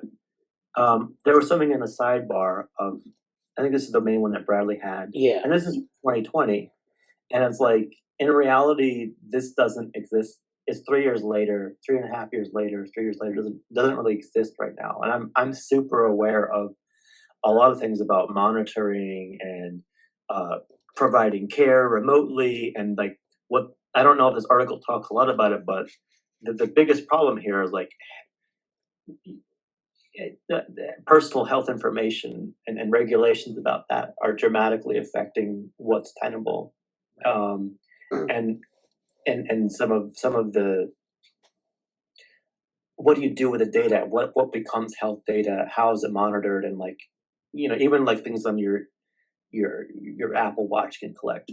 But then on the sidebar there was this one too, which was virtual patients could revolutionize medicine, which kind of the same vein, and it's like, well, having sort of like a digital twin of a patient, I think that's a really cool idea. And I just found this, I was looking it up. I really want to look into this more. It's be a fun thing to look into, but like this is sort of a, what was this called? Virtual Physiological Human Institute for Integrative Biomedical Research. Apparently it still exists. I thought it might have like failed or something. But apparently it's still there. But a lot of cool stuff there, but also like I would love to be able to say, yeah, this is happening in society, let's go for it. But Well, it still goes back to like what Amanda said to me is like, what's the traction right now, and will it get over the hump? Like that's the big thing. If people know it will, I think that will the tipping point will happen. But I can't say that I see a tipping point for it in a lot of these aspirational senses yet. Can you share the virtual patient link? it's in the chat. Oh yeah, Okay. it's really small. It's just not that informative, but I'm going to share it. Yeah. Well, I think I caught that it said like a potential for like clinical trials without real humans. That sounds no good. That sounds like it would be a disaster. Let's test. I mean, I just saw a part, so maybe that's not exactly what it said. Yeah. But, Well, let's test a new drug on not people. well, we do animal testing, like on different animal models. Yeah, But yeah, there is a lot of variation that we're not going to get with digital models. I've spent some time in this space, so like digital twins. There was like a precursor to that called digital human modeling, and so yeah, there's a lot that you could do, but it's it's kind of hard to say it's kind of like the XR stuff. It's hard to know what the actual use cases are and then their efficacy, right? And go ahead. Yeah, I think there are three things here. The first is that a lot of these sensor suites, it really comes down to sensor suites. There's a lot of stuff that can be integrated into these environments. But one of the things a number of things you have to worry about. One big thing, though, is movement. So the sensors have to be robust to movement, artifact, and things like that. So like with, if you look at the Meta Quest, you're in this environment, you have tracking systems, and you have to have, like, you can move, but getting up and like maybe using it on a bus. Um, if you turn if the bus turns, sometimes you lose your ability to track properly because you have like this guardian, and you have like the space, that everything is registered in space. And sometimes even when you're sitting in a chair and you're using it, if you move your chair enough, you kind of lose track of where you are. So there are these issues of integrating the sensors into like robust representation and keeping that. And so it's not going to be seamless necessarily. Another thing is there's this issue of miniaturization. So I think where Apple wants to go is to make a set of glasses that you put on, like real, like eyeglasses. And Google did this with Google Glass like 10 years ago. And it's basically where you get information coming up in front of your eyes, like you can surf the web or something, which is useful. That's a pretty interesting use case, like with the Zillow example that Amanda gave. The question is like, is this going to be, can we achieve something that is both compelling and like miniaturized in a way that's useful, maybe not obtrusive? Like you don't want to wear a big headset on your head all the time. Maybe it's just a matter of basic convenience or comfort. But also some of these other things where if I use this, I could just use a phone. It would just be easier. you know. So yeah, there are a lot of issues like that too. And yeah, and then the third, I guess, is this design issue where you're designing for different experiences. So you're, can you design something where you can integrate the sensors and you can maintain privacy, and you can privacy is going to be a big issue for a lot of things. So I know Apple's onto privacy quite a bit, and maybe Meta's not so much, but like, that's going to be an issue one way or another. So. I just checked because I wasn't sure if Google Glass fully existed anymore. I think they scrapped it for various reasons. Yeah, so it's no longer. It's like it's been this. When's the tipping point? What's gonna happen? And yeah. Well, we'll see. Yeah. I go back to thinking, like, especially doing a lot of work over the last few years on like implementation. I feel like it's so weird because there's there's a certain like critical mass of hardware, and mostly hardware, honestly. I think even more than software to some extent, but like the hardware sensing computing stuff is, there's like the ideal super pristine environment circumstances that you could get that just aren't really there. And then like these things you strap onto your face computers, basically, that you take around with you, they're not really durable enough yet. So I feel like the intermediate, the most accessible version of all this that I think of is like an environment where there's computing built into like the building. It's not going to be free roaming. Like you could put a lot of compute in certain spaces and do it in a bigger environment, like a mall. Like I think places in like, not Abu Dhabi, but the Middle Eastern, really advanced Middle Eastern town in like Saudi Arabia or like around there. I can't remember the name of it. Dubai. But like, yeah, it might be them. But like, I think, and like they're like people trying to make like a desert oasis hyper technology city. Yeah. I think things like this would come into play there as environments for it, and like I think that would be a really fertile ground for like the intermediate step, because I feel like there's a big gap between what could the best technology potentially do and what's available. But that's a whole. I'll step away from the mic. All right, so yeah, I think we can move on to the next thing. We have some things in the chat that Jesse posted. I think he covered most of it, but that's where some of the readings are that he talked about and I talked about. And then I'll post the rest of the stuff in the Slack, because I think some of the developer things are worth going over if you're interested in the technical aspect. But then there are also some things on some of the articles we read, the visions, the sort of other things like experience and intersubjectivity, those are things maybe we'll revisit in future meetings. So let me share my screen. So this is going to be fun. This is where we talk about multiple metaphors for the brain. So I know that Amanda brought this up in, I think, Wednesday's Cognition Futures meeting. And this is a paper that just came out. And this really? Was that? I said, oh, really? It just came out? I think so. A bunch of authors here. One of our favorites here, what's his name? Paul Cizek. Oh, yeah. Bruce Favela. Yeah. There are a bunch of people here. And basically what they're doing here is they're trying to search for an alternative to the computer metaphor of the mind and brain. So this is I think it's ecological psychologists, people who are interested in complexity of the brain, philosophers, you name it. So there's a real diversity of ideas here. So basically with, this idea of the brain as a computer, people have used that for the last probably 70 years. When they say computer, they mean a von Neumann computer, not just like general computation. So like von Neumann computer as a processor, it processes information. There's certain things that von Neumann computer has, and the idea is that, well, the brain is just like that. Well, maybe not. I mean, we know from quantum computing that the von Neumann paradigm isn't the only paradigm that exists for computing. We can have different types of computers. I just lost my thing. Okay. Different types of computers, different types of computation.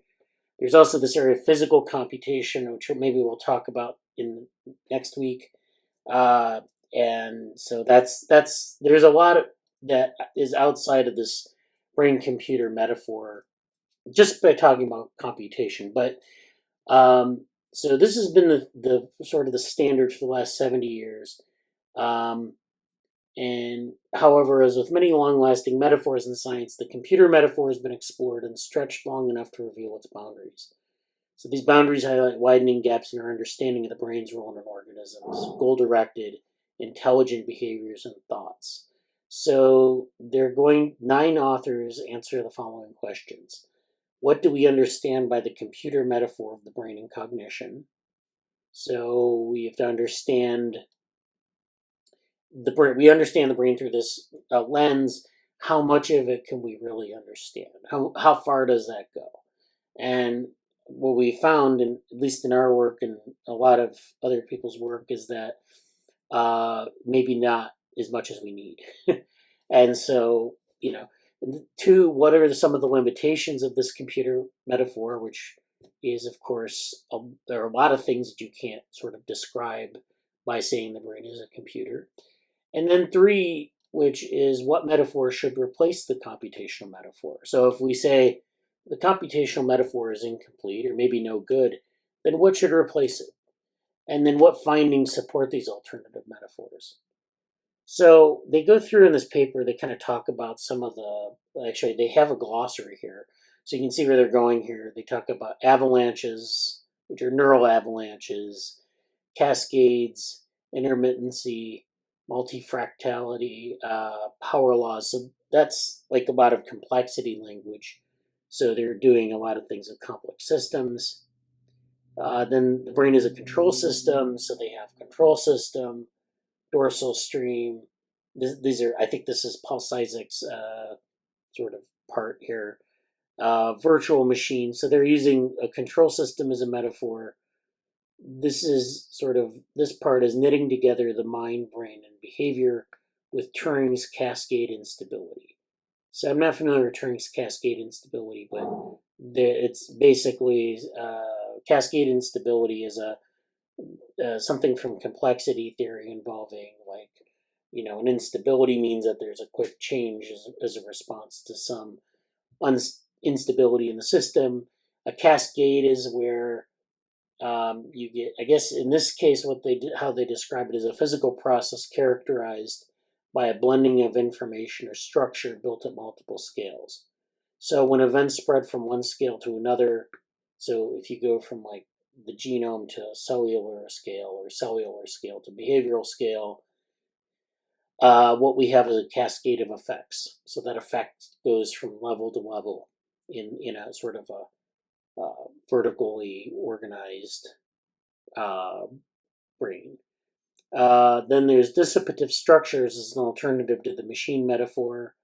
So they talk about dissipative structures, which are self-organization that comes from non-equilibrium conditions.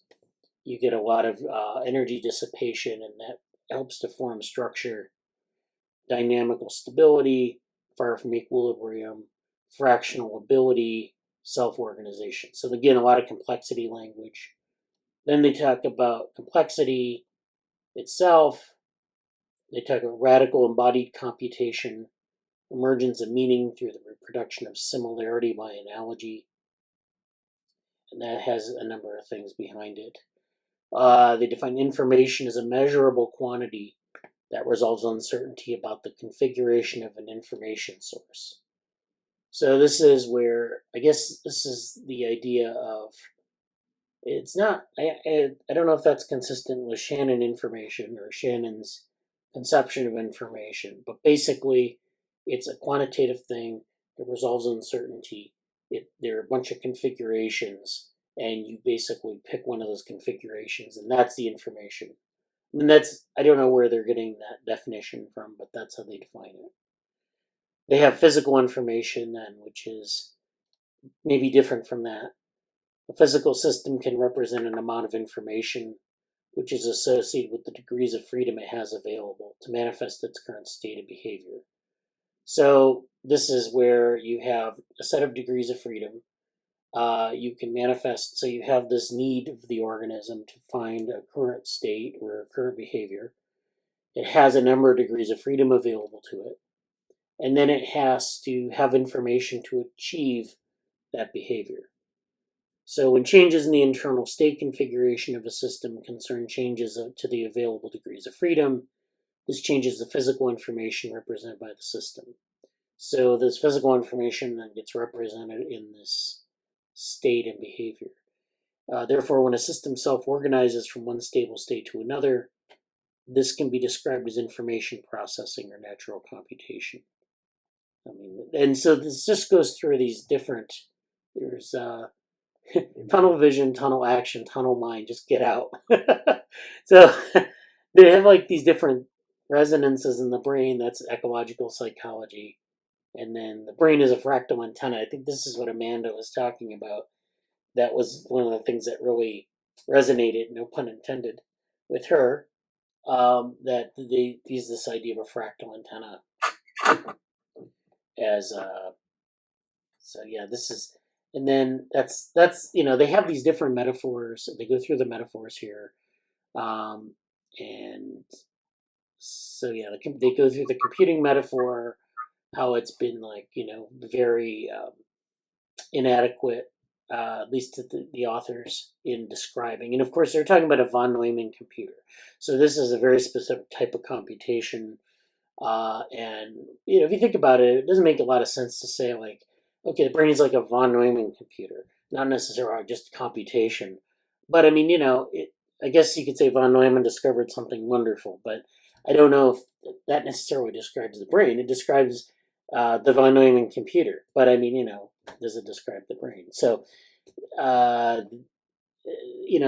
actually, this is interesting. They talk about like a lot of the stuff that came out of the invention of the telegraph, the telephone, and how that kind of influenced our idea of how the brain is connected. And then, people used to think about the brain almost as like a telegraph or telephone system, where you have these connections between different parts of the brain, and then these switches that switch things on and off. So it's kind of like a switchboard, old switchboard in a telephone system. They figured out that that's not really the way it works. So that was a metaphor, maybe back in the early 20th century. A popular metaphor for like brain connectivity was the switchboard, which of course is no longer used because we don't really, all the switches are automated now, so it isn't as seductive maybe as seeing someone actually plug in things, but also that that's not really, I mean, our understanding of the brain is much more sophisticated now. So, that brings up the question, some of these metaphors, are they a product of our understanding of the biological process behind it, or the behavioral process, or, as we understand more about some of the methods of probing the brain or the biological substrates of the brain, that kind of maybe rules out some of these metaphors. So biological discoveries in this case quickly matched or outstripped these technological paradigms. So when the Hodgkin-Huxley model of neural conduction was proposed, then that kind of put the telephone switchboard idea to rest. And so one could say maybe the same thing about the von Neumann computer metaphor. But I mean, let's see what we have. We have some things in the chat here. So, yeah. Nothing amazing. Okay. All this stuff. Yeah. If the brain is computer, are neuro and cog scientists hackers? Well, the child is a hacker, right? So. That's right, according to Josh and the mom. Right. And also, it's an excuse to. Well, I can't find the other one, so I'll do hack the planet. There we go. Of course, yes. That's our favorite meme here. Anyway, no, that's a wicked interesting paper. Obviously, very relevant to everything that we've been talking about. I want to read it, and I actually started putting together a kind of a blog article about that, more historical, and this is more like academic in the last 100 years or so. But like the whole thing, and it'd be very great to put that together and kind of. I think it actually serves as a nice reference point for the methods project too, because it's sort of a cultural interface with that. So I guess I'll continue on with the paper, and if you have if you're interested in certain things, just put it in the chat or speak up. So what's interesting about this is that you have. So the first part is this idea of the metaphor, okay? And then the second part, so first behaviorism, the then dominant meta-theoretical perspective in psychology, which was back when they were doing a lot of when this computer metaphor started to come about.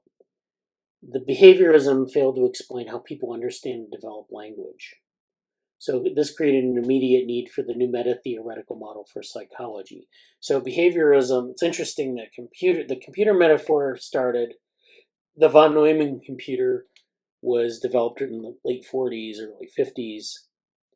Then we got the fall of behaviorism in the late 50s when people said, well, behaviorism, which is where, you have a rat in a cage and you deliver a stimulus and you try to train it. It's kind of like reinforcement learning.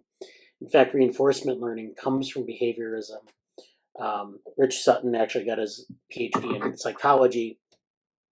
And so behaviorism fell after that. So when you understand cognition or cognitive science, you have to understand that cognitive science is a response to behaviorism or a reaction to behaviorism. So, behaviorism wasn't explaining everything. They needed to find a new paradigm. And then they said, okay, well, the computer is a good metaphor for this. Information processing. How do we understand computing and information processing? The von Neumann computer. So that's kind of where that originated.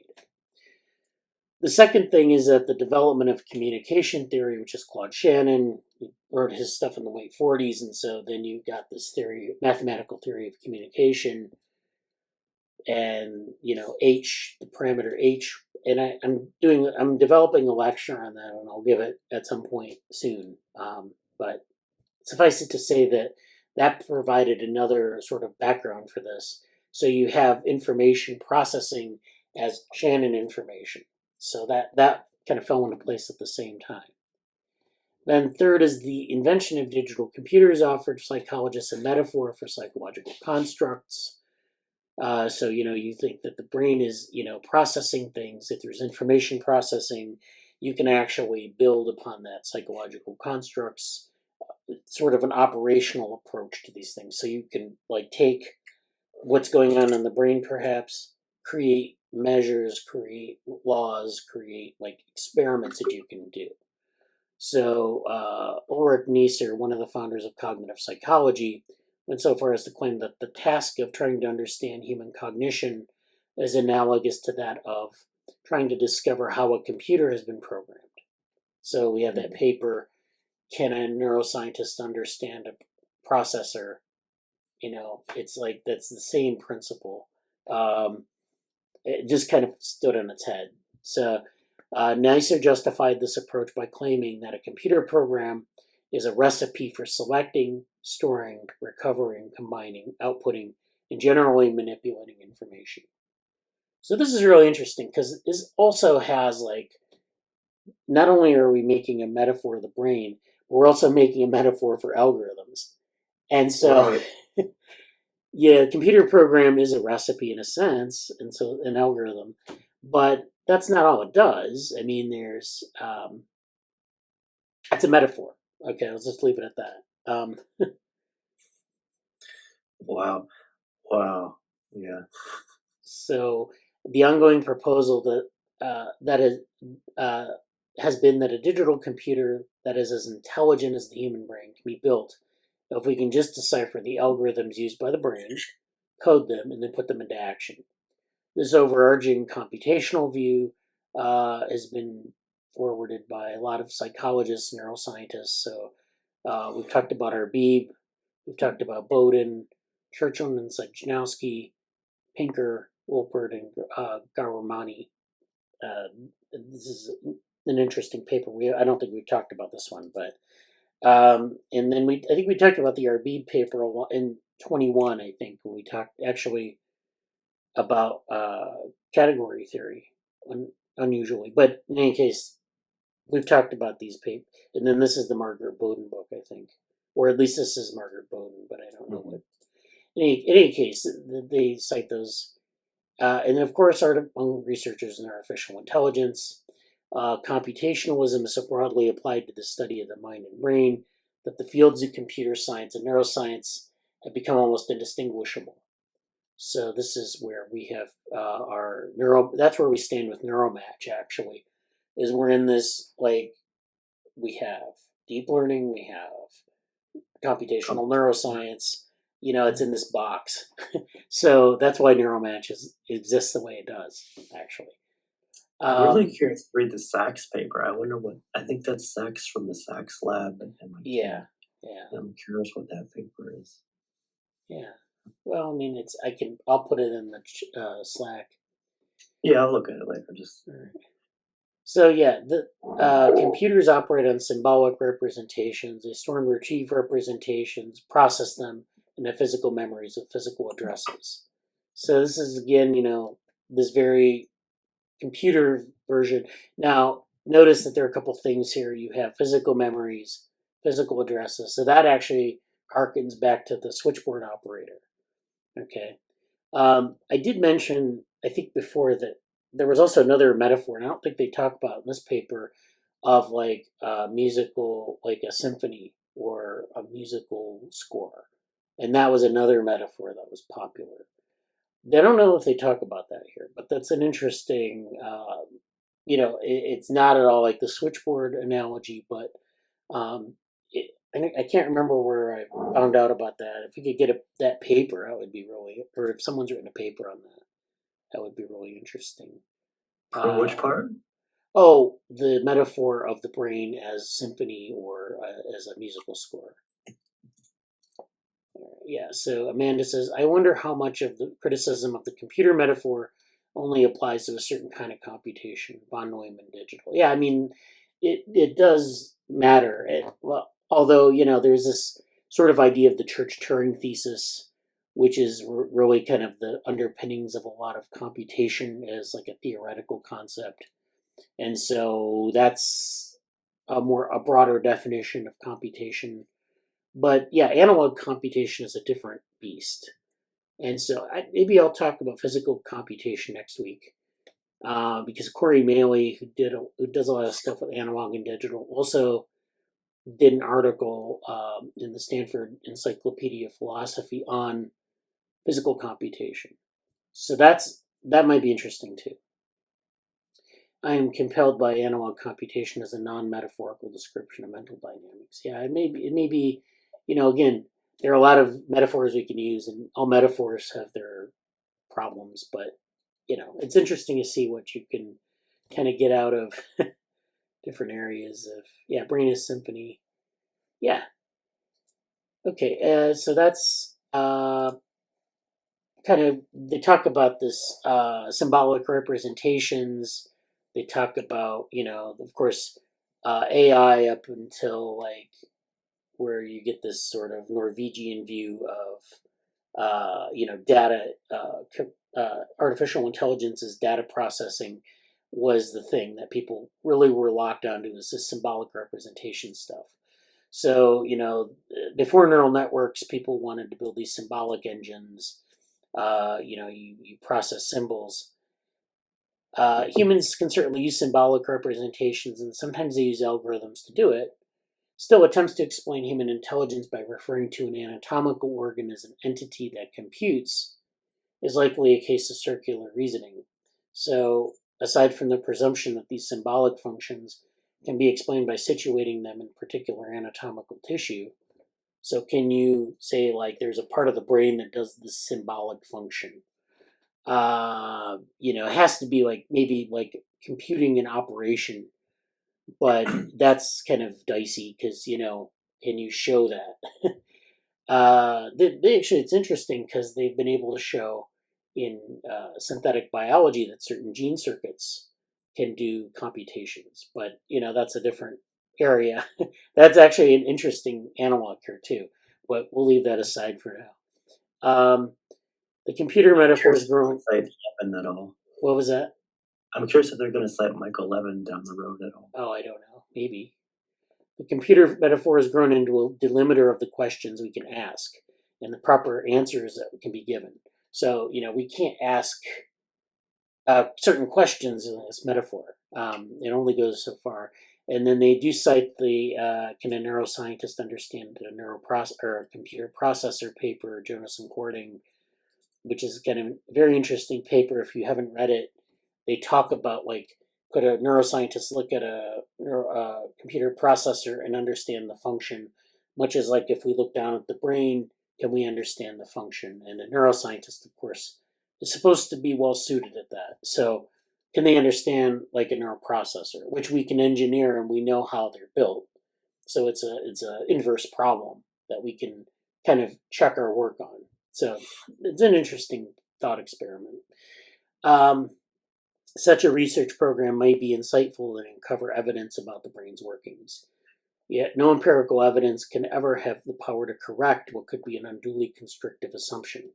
The idea that function is best understood as the output of components, distinct and separate enough to be deleted or perturbed. This output of components will only ever be able to motivate the discovery of new evidence of distinct, independent component activity. So that's kind of, I guess, affecting the outcome by changing it, I guess. We talked about this on Wednesday, about like, when, in the realm of experience, where as you move through time, if you treat the reality as a dynamical system, there's feedback, and each experience changes your perception of the present. And so this kind of goes to, speaks to sort of the discovery of new things. It's kind of an interesting point that computers aren't like that, basically. This assumption leaves unconsidered the possibility that the brain function or computational ability does not rest on the independent contributions of distinct and separable components. So, it's interesting that, like, there are two ways you can look at the brain. One is, of course, as these separable components. So you can look at a circuit, and the circuit does something. And then you can also look at the brain as a network where you have systems that are interacting.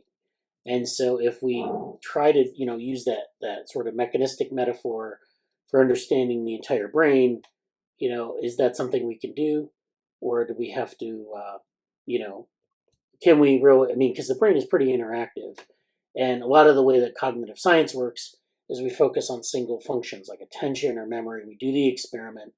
We say this is your performance on the attention metric, the attention circuit, or the attention net.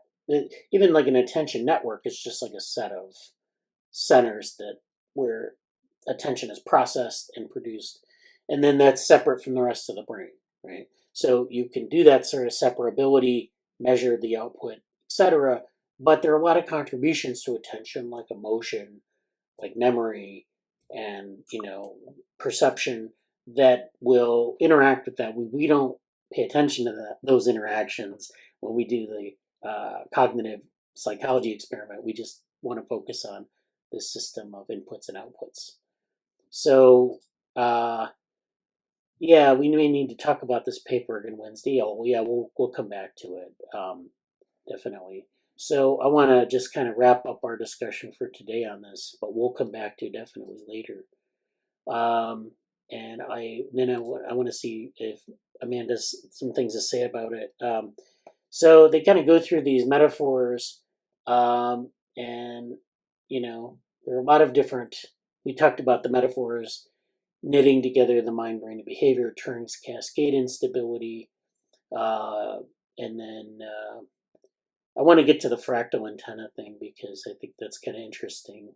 A fractal antenna is they build these antennas where they have like a little motif, like I don't know if they have a picture of it, but basically they repeat the motif at different scales. So you have this small scale, and then it gets to larger and larger scales, and you have this thing that looks like a nested pattern.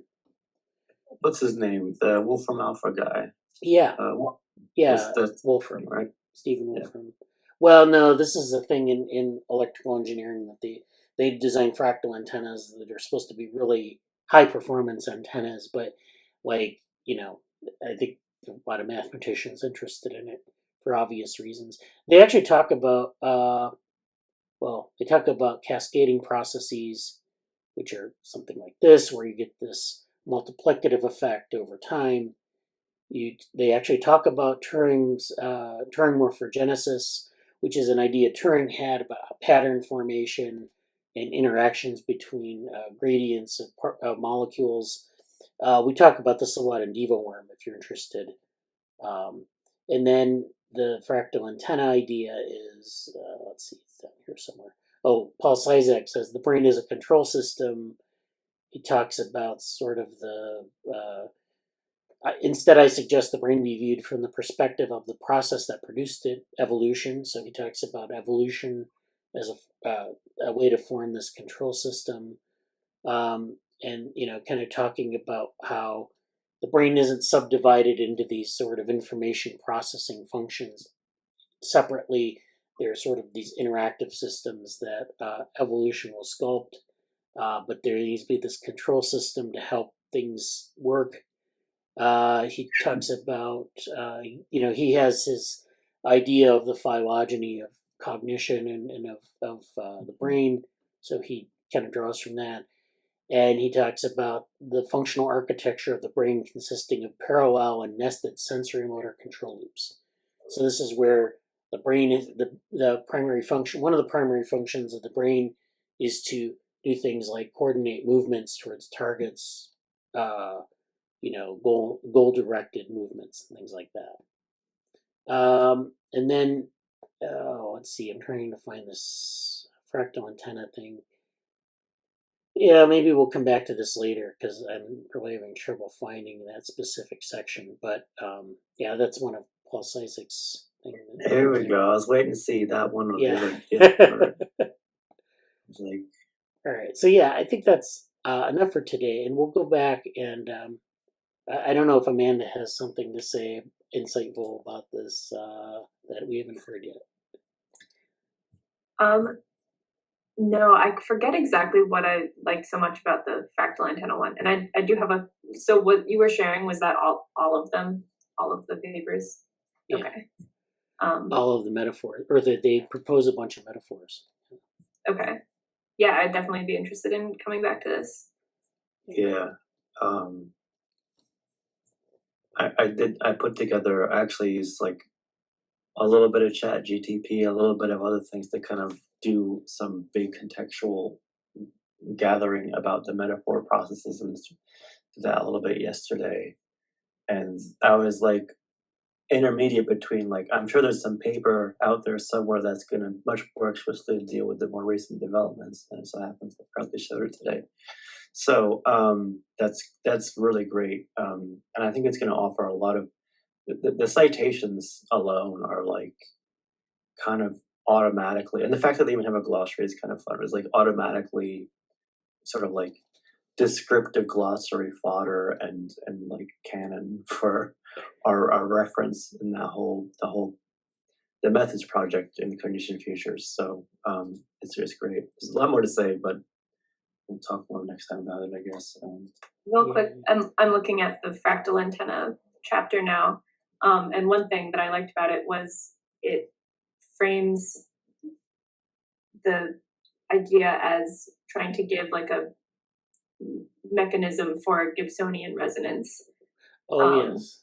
So like, yeah, Gibson talks about resonance, but it's very hand wavy and there's a lot of gaps to fill in. And I found a few papers that try to give like a more rigorous account of what resonance could be. A lot that's like explicitly in ecological psychology. There's one of the authors of this collection, Vincent Raha, has a paper that tries to connect like dynamic systems theory and ecological psychology, just specifically talking about resonance.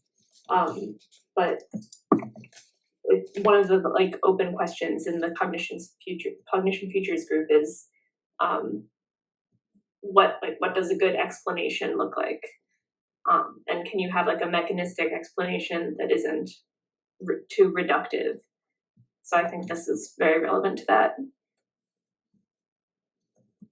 Yeah, we did cover that Gibsonian resonance paper, the new one, a couple meetings ago.